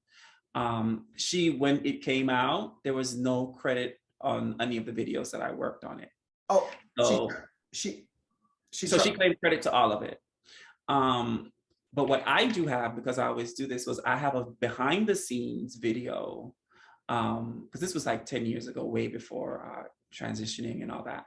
I have a behind the scenes video on YouTube showing where I was doing the work. So if ever she says, oh, there's evidence there. And Foxx was good at connecting things and making things happen. So when I came on board, she had certain contacts that I was to contact and work with. And so XXL was one of them. So we knew that XXL was happening, and we set up the photo shoot, the styling, the hair. My sister, Kamari, she goes by Momo. She's not trans, she's a gay boy. She did the wig for that video. So we had the whole image and everything. And it was exciting, we did it. I still have the copy of the XXL magazine somewhere in my garage, because it was a great time for trans people. And I've always said this about Foxx, is that she was really before her time, and she could have really potentially be the Nicki Minaj of rap. That was my intention for her. So I met her, and we used to go down to, I think at the time she was living in Long Beach. We used to go down to, we used to get snow cones on Crenshaw. We used to go to places and get soul food. She used to always walk around with this t-shirt on that said she loved Latins. And I was like, girl, ain't nothing wrong with loving Latins. Love whoever you want to love. I was like, but you look stupid. Like, and I don't think they're going to be walking around here with a t-shirt talking about they love Blacks. She stopped wearing it. And it wasn't so much about, again, not to proclaim your love for who you love, but it's like, you're that desperate? Like, save that for Craigslist, or, you know. Right. I just was like, I couldn't see myself do. It's like, it's not that serious, you know. But I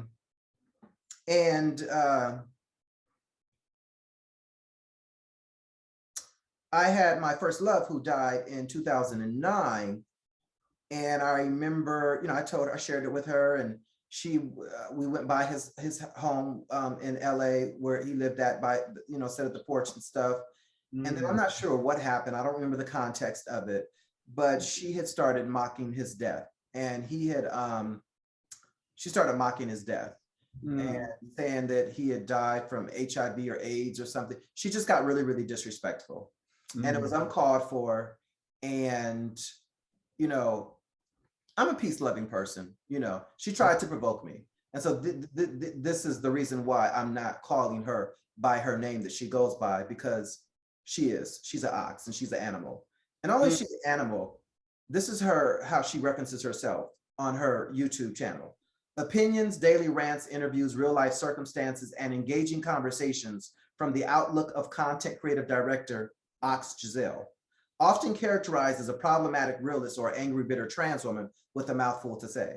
So it's my understanding too that she's had an issue, she's had, you know, an addiction to meth. And to see her over the years, she's often going on these long rants about Black men not wanting her, you know, all the transphobia, just all of these rants and stuff. And sometimes I'm just like, sometimes I'm surprised that she's still alive, because she's always putting out this content and this energy. And it's just like, At what point do you, and not to make her the topic of our conversation, but just someone who's observing her and who's known her for almost 15 years, at what point do you just go on about your life and accept the fact that those men don't want you?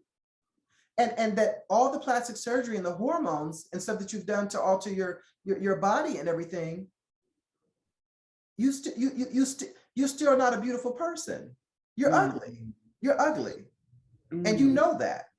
And that's why you have to get on YouTube and go on these rants and complain about these men not wanting to fuck you.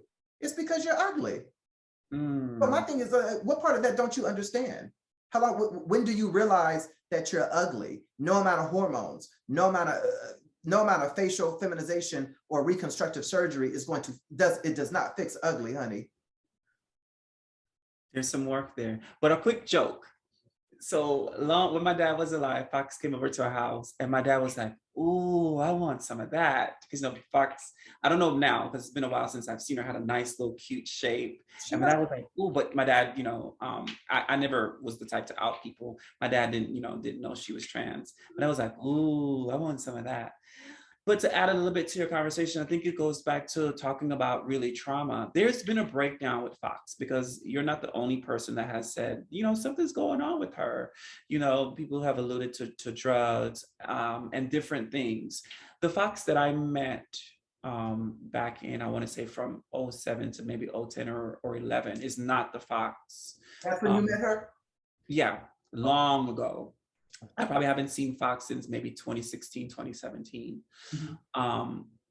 Was a different type of individual, but I can see how things back then that were happening led down to this specific rabbit hole. When we went to Alabama and met her mom and dad, we flew to Atlanta, drove to Miami and Alabama. We had a great, fabulous time. I got her, I was able to work on a booking for Sizzle Miami. They paid for our hotel. It was a great time. I can't remember if she performed or not. I think she did for Sizzle Miami. This was probably back in 2008. But when I got to meet her family in Alabama, her mom and dad, I was like, oh, this is the Foxx. This is the Foxx that really want to live and exist. But this is possibly the Foxx that people won't accept and love because it's really genuine. It's really who she is. So I think just over the years, a lot of rejection. No, we had wonderful times, Yeah. prior to her disrespecting my friend who committed suicide. She even, my uncle, the one who died from HIV/AIDS in 2011, he even hired her to clean, she hired him to clean her carpets. He would clean carpets and she hired him. We would go to the beach. We would go to the movies, went to clubs and stuff. She told me about all the trays she was having. She would even give me hints and tips and stuff. I liked her. I appreciated her. But it was once she said that comment about my friend, I could no longer, how could I have respect for you? Right. So we got to figure out what the hell happened to her, because something happened, and maybe that had already been living inside her, and the death of your friend just said, "Oh, this is the time I'm gonna cut you low." Well, I will say this: that rejection. Well, you can't just, and this is even for women. You can't just go through life thinking that a man is going to fill you up. I mean, he may fill you up for that moment. Give you something that you can feel. But it's just for that moment. It's a fleeting moment. But all of us deal with rejection, every gender, every sexuality, every race, but it's just this recurring theme with her. And oftentimes I'm just like, this bitch is still talking about this? Yeah. You still tripping off of some dirty ass Black boys that don't want you? Some dumb ass Black boys that don't want you? And to be honest, living off some residuals. She could be living off some residuals because her first video, we got her first video on Logo TV. I'm just like, where's her self-esteem at? Does she have any? Yeah, like I don't want to say what T.S. Madison said, but T.S. Madison said, step your pussy up, focus on your business, create your business, and stop chasing something that doesn't want you. Because when you stop chasing it, it'll naturally attract itself to you.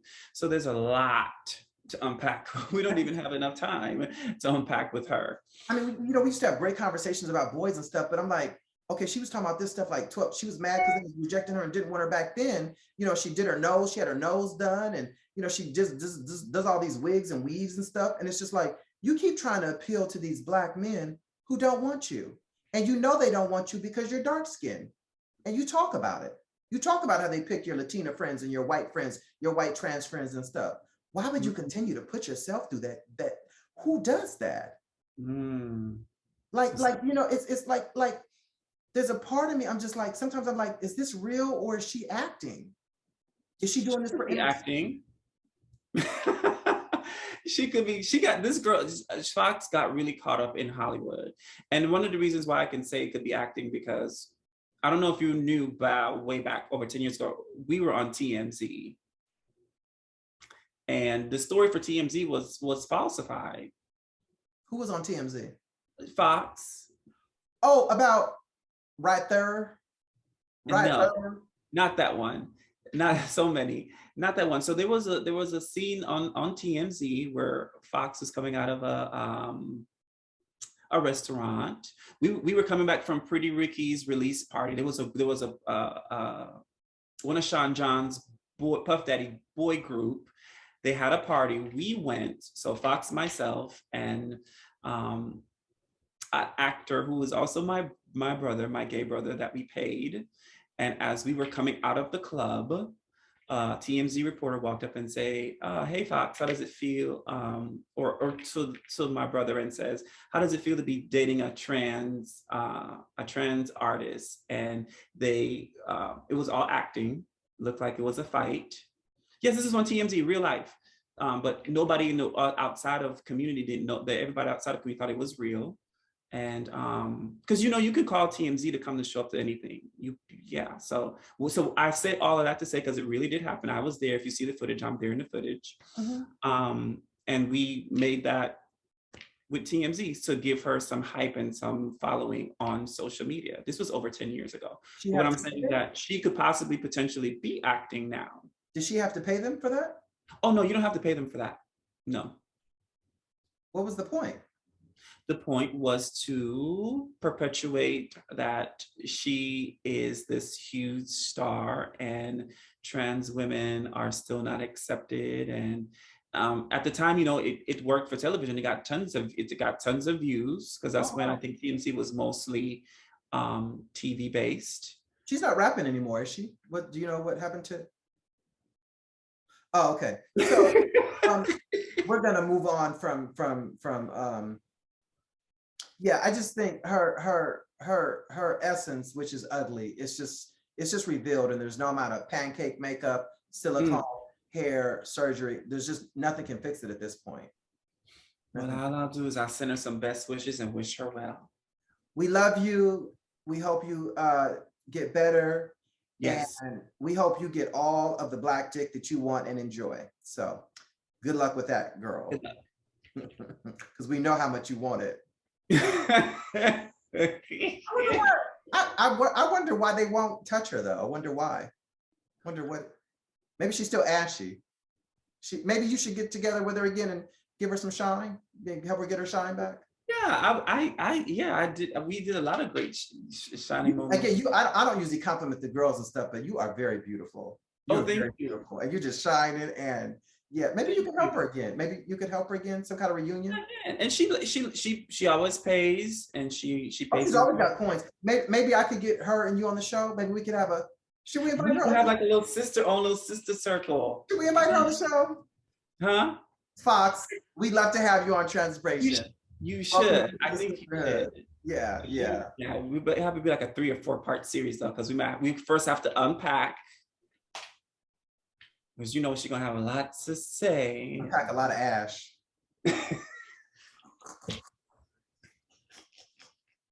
So during our pre-interview, you had mentioned something about prioritizing needs as a human experience. Elaborate on that, please, sweetie. Yes. So we all have needs. I'll give you an example of when I wake up every day, right? When I wake up every day, this phone, I don't check it.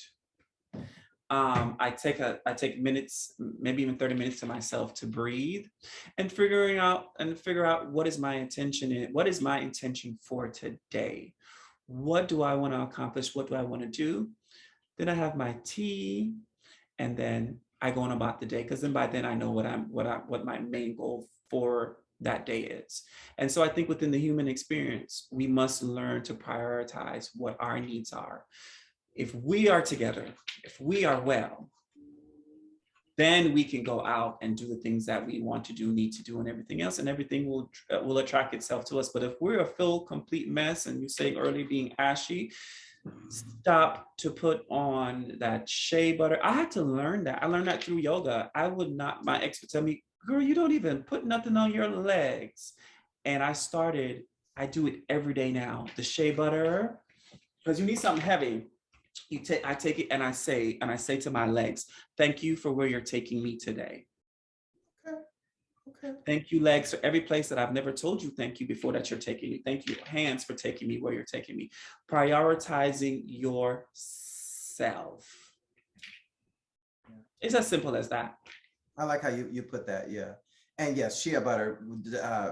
I had some surgery and I have a scar and it's healing. And between that, the cocoa butter and stuff, yeah, all that helps for ash. So. You'll let me pee on myself. No, don't do that, girl. No, honey. No, we're gonna wrap this up in 10 minutes, okay? So okay. Valentine's Day, like Christmas, is one of my favorite times of the year. What made this year special was being surrounded by a super abundance of love. What was so special about? What was so special was I was just getting out of a relationship. And it was a terrible breakup. It was a terrible, almost as I hope I never go down that road again. And what was so special was I found a tribe, my tribe, I want to say, I'm part of them now. You know that song, So Special, So Special, So Special. That's that Caribbean reggae song, So Special. Yes. And so they took me in a bunch of beautiful trans human beings, and we had at a mansion, we had a Valentine's Day party, and literally, like, we didn't create a Facebook group or nothing, no flyer, no nothing. We just said come over, and it was about 50 of us. Each person that came was instructed just to bring a gift for $25. I was shocked. Everybody bought a gift and did like a Christmas exchange. They did a gift exchange. But beyond that, it wasn't about the gift. It was about just being around people who identifies like you to a certain extent, and just be like, no, most of them weren't in relationships, but knowing that I can be single and fine. And so that was this Valentine's Day. I said, besides the ones I've spent with my friends, this is one of my best Valentine's Day. Oh, cool. That's nice. That's good to hear. That's good to hear. Yeah. So life is hard for Black people. Life is hard for everybody. We're not special. Life is hard for everybody. But life is we have a unique situation as Black people in America. Life is difficult for some LGBT people and trans people. Not all, but for some. Have you ever felt like life wasn't worth living? And if so, how did you move forward with those feelings? Life is meant for living. Life is meant. That's another song. Life is meant for living. No, I haven't had too many. I went through a grief, like I was telling you, a grief from September to around February. Grief. I thought it was a depression. It could have been that too. And there were moments I was like, oh, I don't know if I want to live anymore. But when I thought of all the things and the love that I've been given and been blessed with, I pull myself together and say, girl, you gotta keep going. Okay. And so, when we talked to plan the event at the center, and I was looking at your picture and stuff, and I knew that I knew you. I knew that I knew you, and I knew that I knew you prior to your transition. But I couldn't put my finger on it. I was like, oh, maybe the Gay and Lesbian Center, maybe Peanuts, wasn't sure where. And so you sent me a photograph of you, early picture somewhere in 2002, 3, 4, 5. And it was a part of an exhibit at the Frye Museum. Can you tell us about that exhibit, how in the photograph? Yeah, thank you. So like you said, maybe 15, 16 years ago, one of my friends, Marilyn Montufar, and my boyfriend at that time, Ronnie Clark, she was just like a photographer starting out. And she was like, hey, I want to take some pictures of you for my class, and really sure. And I love to show off my skin back then, and I still do. I would be naked if I could right now. And we took the photos, didn't think anything of it. And about 2019, You're gonna have the FCC coming for me, honey. 2019, she says, hey, the Frye Art Museum in Seattle, Washington wants to do this series. You all will be the inaugural ones for it. Are you down? And I said, of course. And we did several interviews around it. It was up for 6 months. And if nobody knows about the Frye Art Museum, they have millions of dollars. And this was the first time they've ever done something highlighting not only a trans body, even though in the time the photo was taken wasn't trans, but queer, Black love, a Latina woman. I think that's how she identified. I hope I didn't get that wrong. Photographer. So there was so many pieces of history being made. And so I'm still living in awe of it. Okay. And yeah, and when you showed me the picture, I was just like, I remember, I knew, I didn't know you personally, but I think it's something within our community when you've seen a person as their birth gender, whether they're a teenager or an adult, and then at some point you may not see them or whatever, but then the person transitions. When you meet up with them again in life, you recognize, it's this instant recognition that you know this person. Yes. But you don't, you know this person, but you don't know this new person. Like, if that makes sense. I knew that I knew of you. I didn't know you, but I knew that I knew of you. I had been around you before, you know. So leave that at that. So my grandmother would say a first is the first thing you'll see and the last thing you'll forget. Pardon me? My grandma would say a face is the first thing you'll see and the last thing you'll forget. And what was your grandmother's name? Rita. Rita. I have an aunt named Rita. Oh, hey. That's a whole nother episode. Hey, Rita. Hey. Bye, Rita. Bye, Rita. She makes good sweet potato pies, though. Oh, I can have some, maybe. Yeah. The other question is, this is a quote: "Never complain, never complain. Life is an illusion. Invite your audience carefully." You've been given a budget of $100,000 to create and produce and host a weekend retreat for 25 people. What is the destination, and who are some of the folks that you would invite? Ooh. Never explain, never complain. It's all an illusion. Invite your audience carefully. Yes, so $25,000. I'll try to make it quick. No, you said $100,000. $100,000 to create and produce. You're coming. I don't want you to work. You're coming. We're going to have a film crew because we have to film this experience. We will go to Belize. Shayla's coming. Queen Victoria's coming. I don't want to go down the list. People that are closest to me and I know that will leave this experience engaged and energized. Ebony Lane? Ebony, oh my God, Ebony Lane can come too. I think that would be a great time. We can make it like a, remember when Jasmine? Oprah did? Jasmine? Yeah. Remember when Oprah did her retreat? The Legends Ball, the daytime event? We'll do something like that with 25 of us. Would Ox be invited? Yeah, I think if she spent, but hopefully I'm not getting this money today, because if it's today, then no. But if it's months from now, I think she needs to first work on some things before she can enter into our space. Set aside a little bit of the budget for some products for Ash. Yeah, and we'll definitely need a therapist on board, because there are things that will come up. But this therapist is not to fix everybody's life in your specific life. So she would have to first, you know. And what about Eddie? Would we send an invitation to his reps? Eddie Murphy? You said Eddie? Yeah. Of course. He can come. We contact Marty Singer, his lawyer.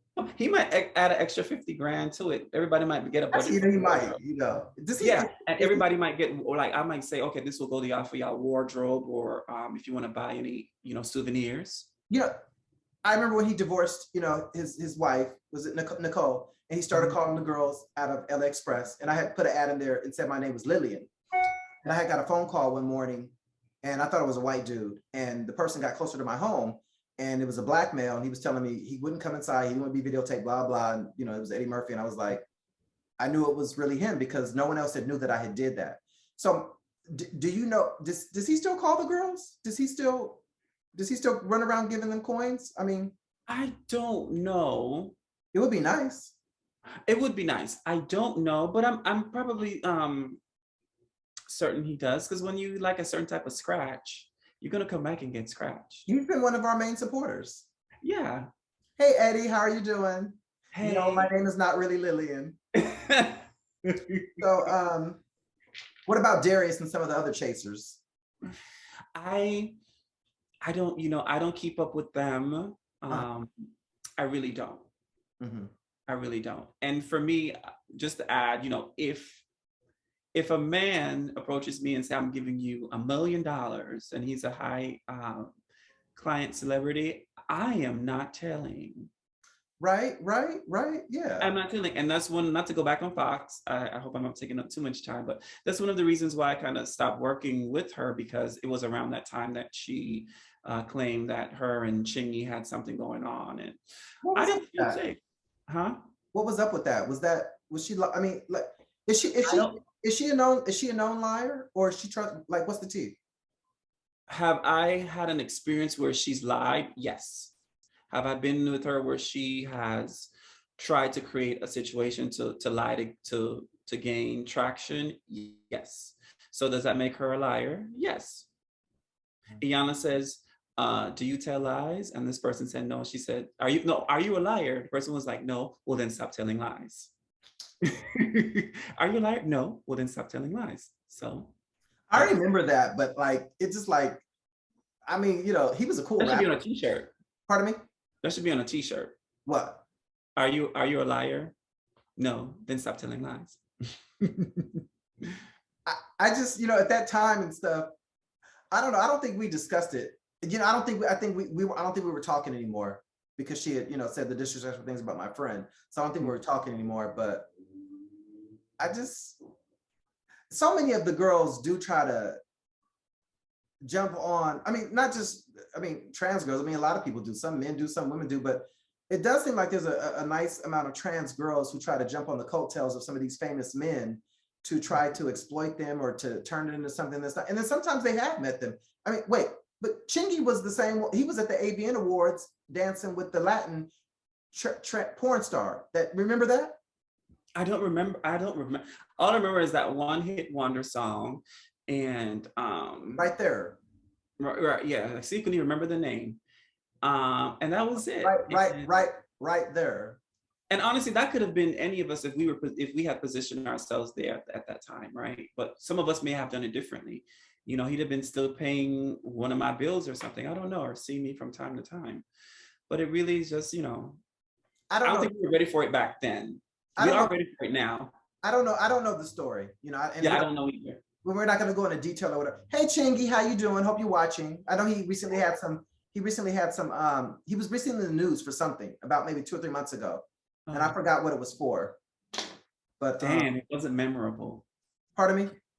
I said, damn, it wasn't memorable. I'm gonna Google it real quick, because like no one had he's not in the news often or whatever, but he was. What had happened?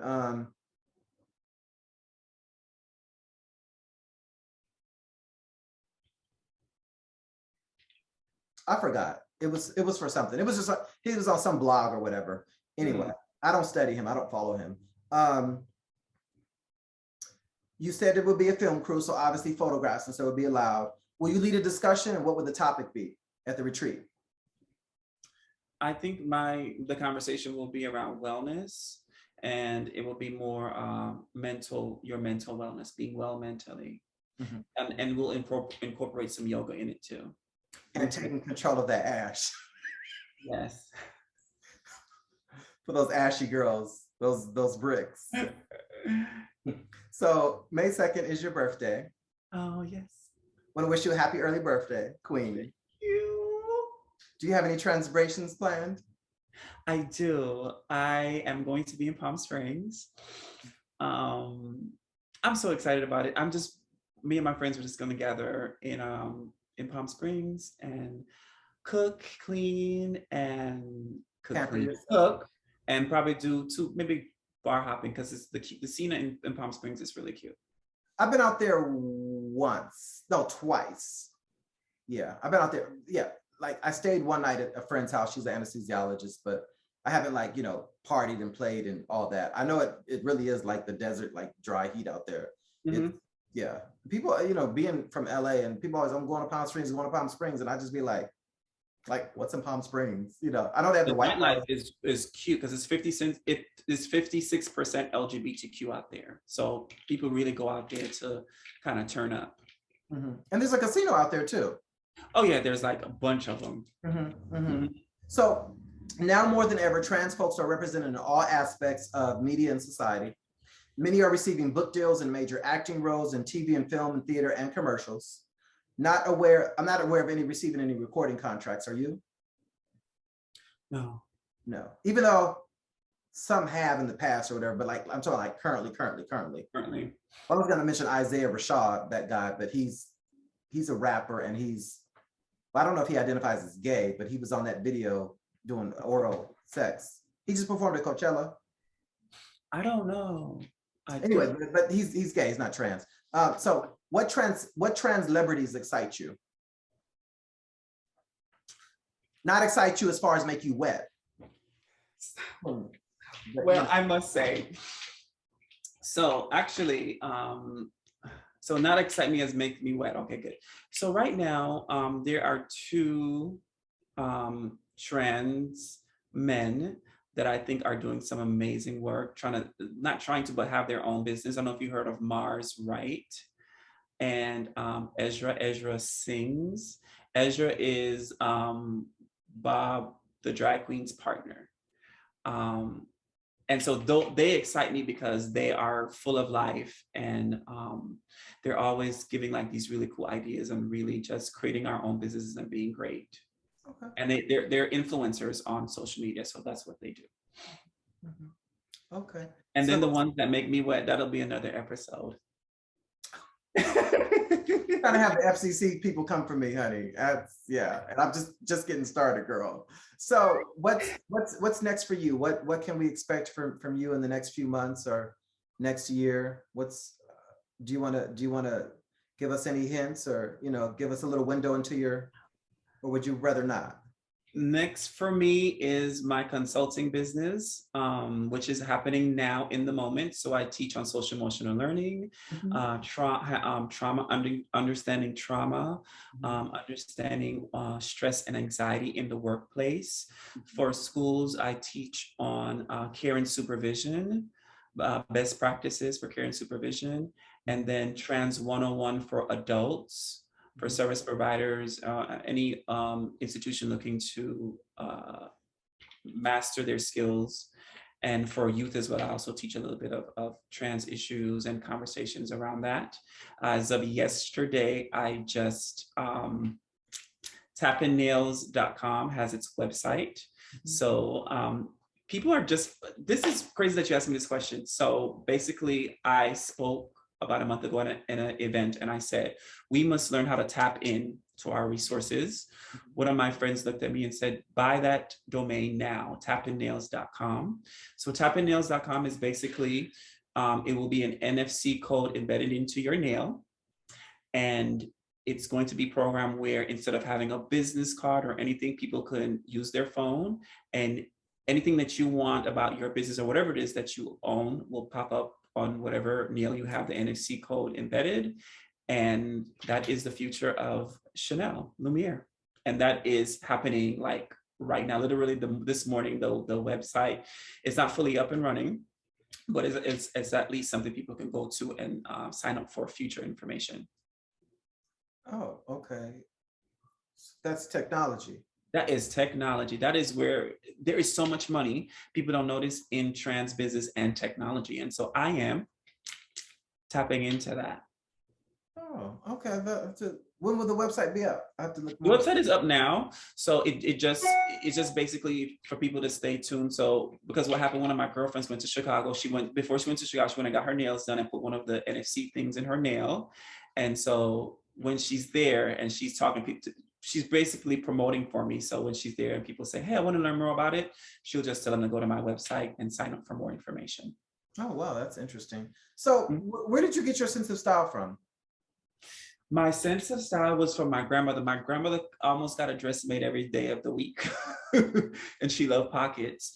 And my sense of style came from women who really showed us how to be sexy using material and just a little bit of skin here and there, Just a little bit. just a little bit. And flowy, beautiful things, and sensuality. And my grandmother had a very unique style, and I love like 60s and 70s, and I love vintage, and yeah. Mhm. Thank you so much for spending 2.5 hours with us. And I've been looking forward to this. This was so much fun. And thank you for all that you do for our community. Appreciate you. I'm so happy that I got to know you finally, because yeah, even some 15 or 20 years ago, I didn't have a conversation with you. I just Right. saw your face in the community. Thank So to know that you've come from there and are here and doing all of this work and just this beautiful person, no ash around you whatsoever. We got rid of the ash. It's just, it's good. It's all good. So And thank you. thank you for being innovative and creating these spaces and these types of conversations for us, because we don't really have many platforms like this. So thank you for continuing to be brave. I'm having so much fun with this. So again, thank you for joining us for Transbrations and enjoy the rest of your day. Thank you. Bye-bye. Bye-bye.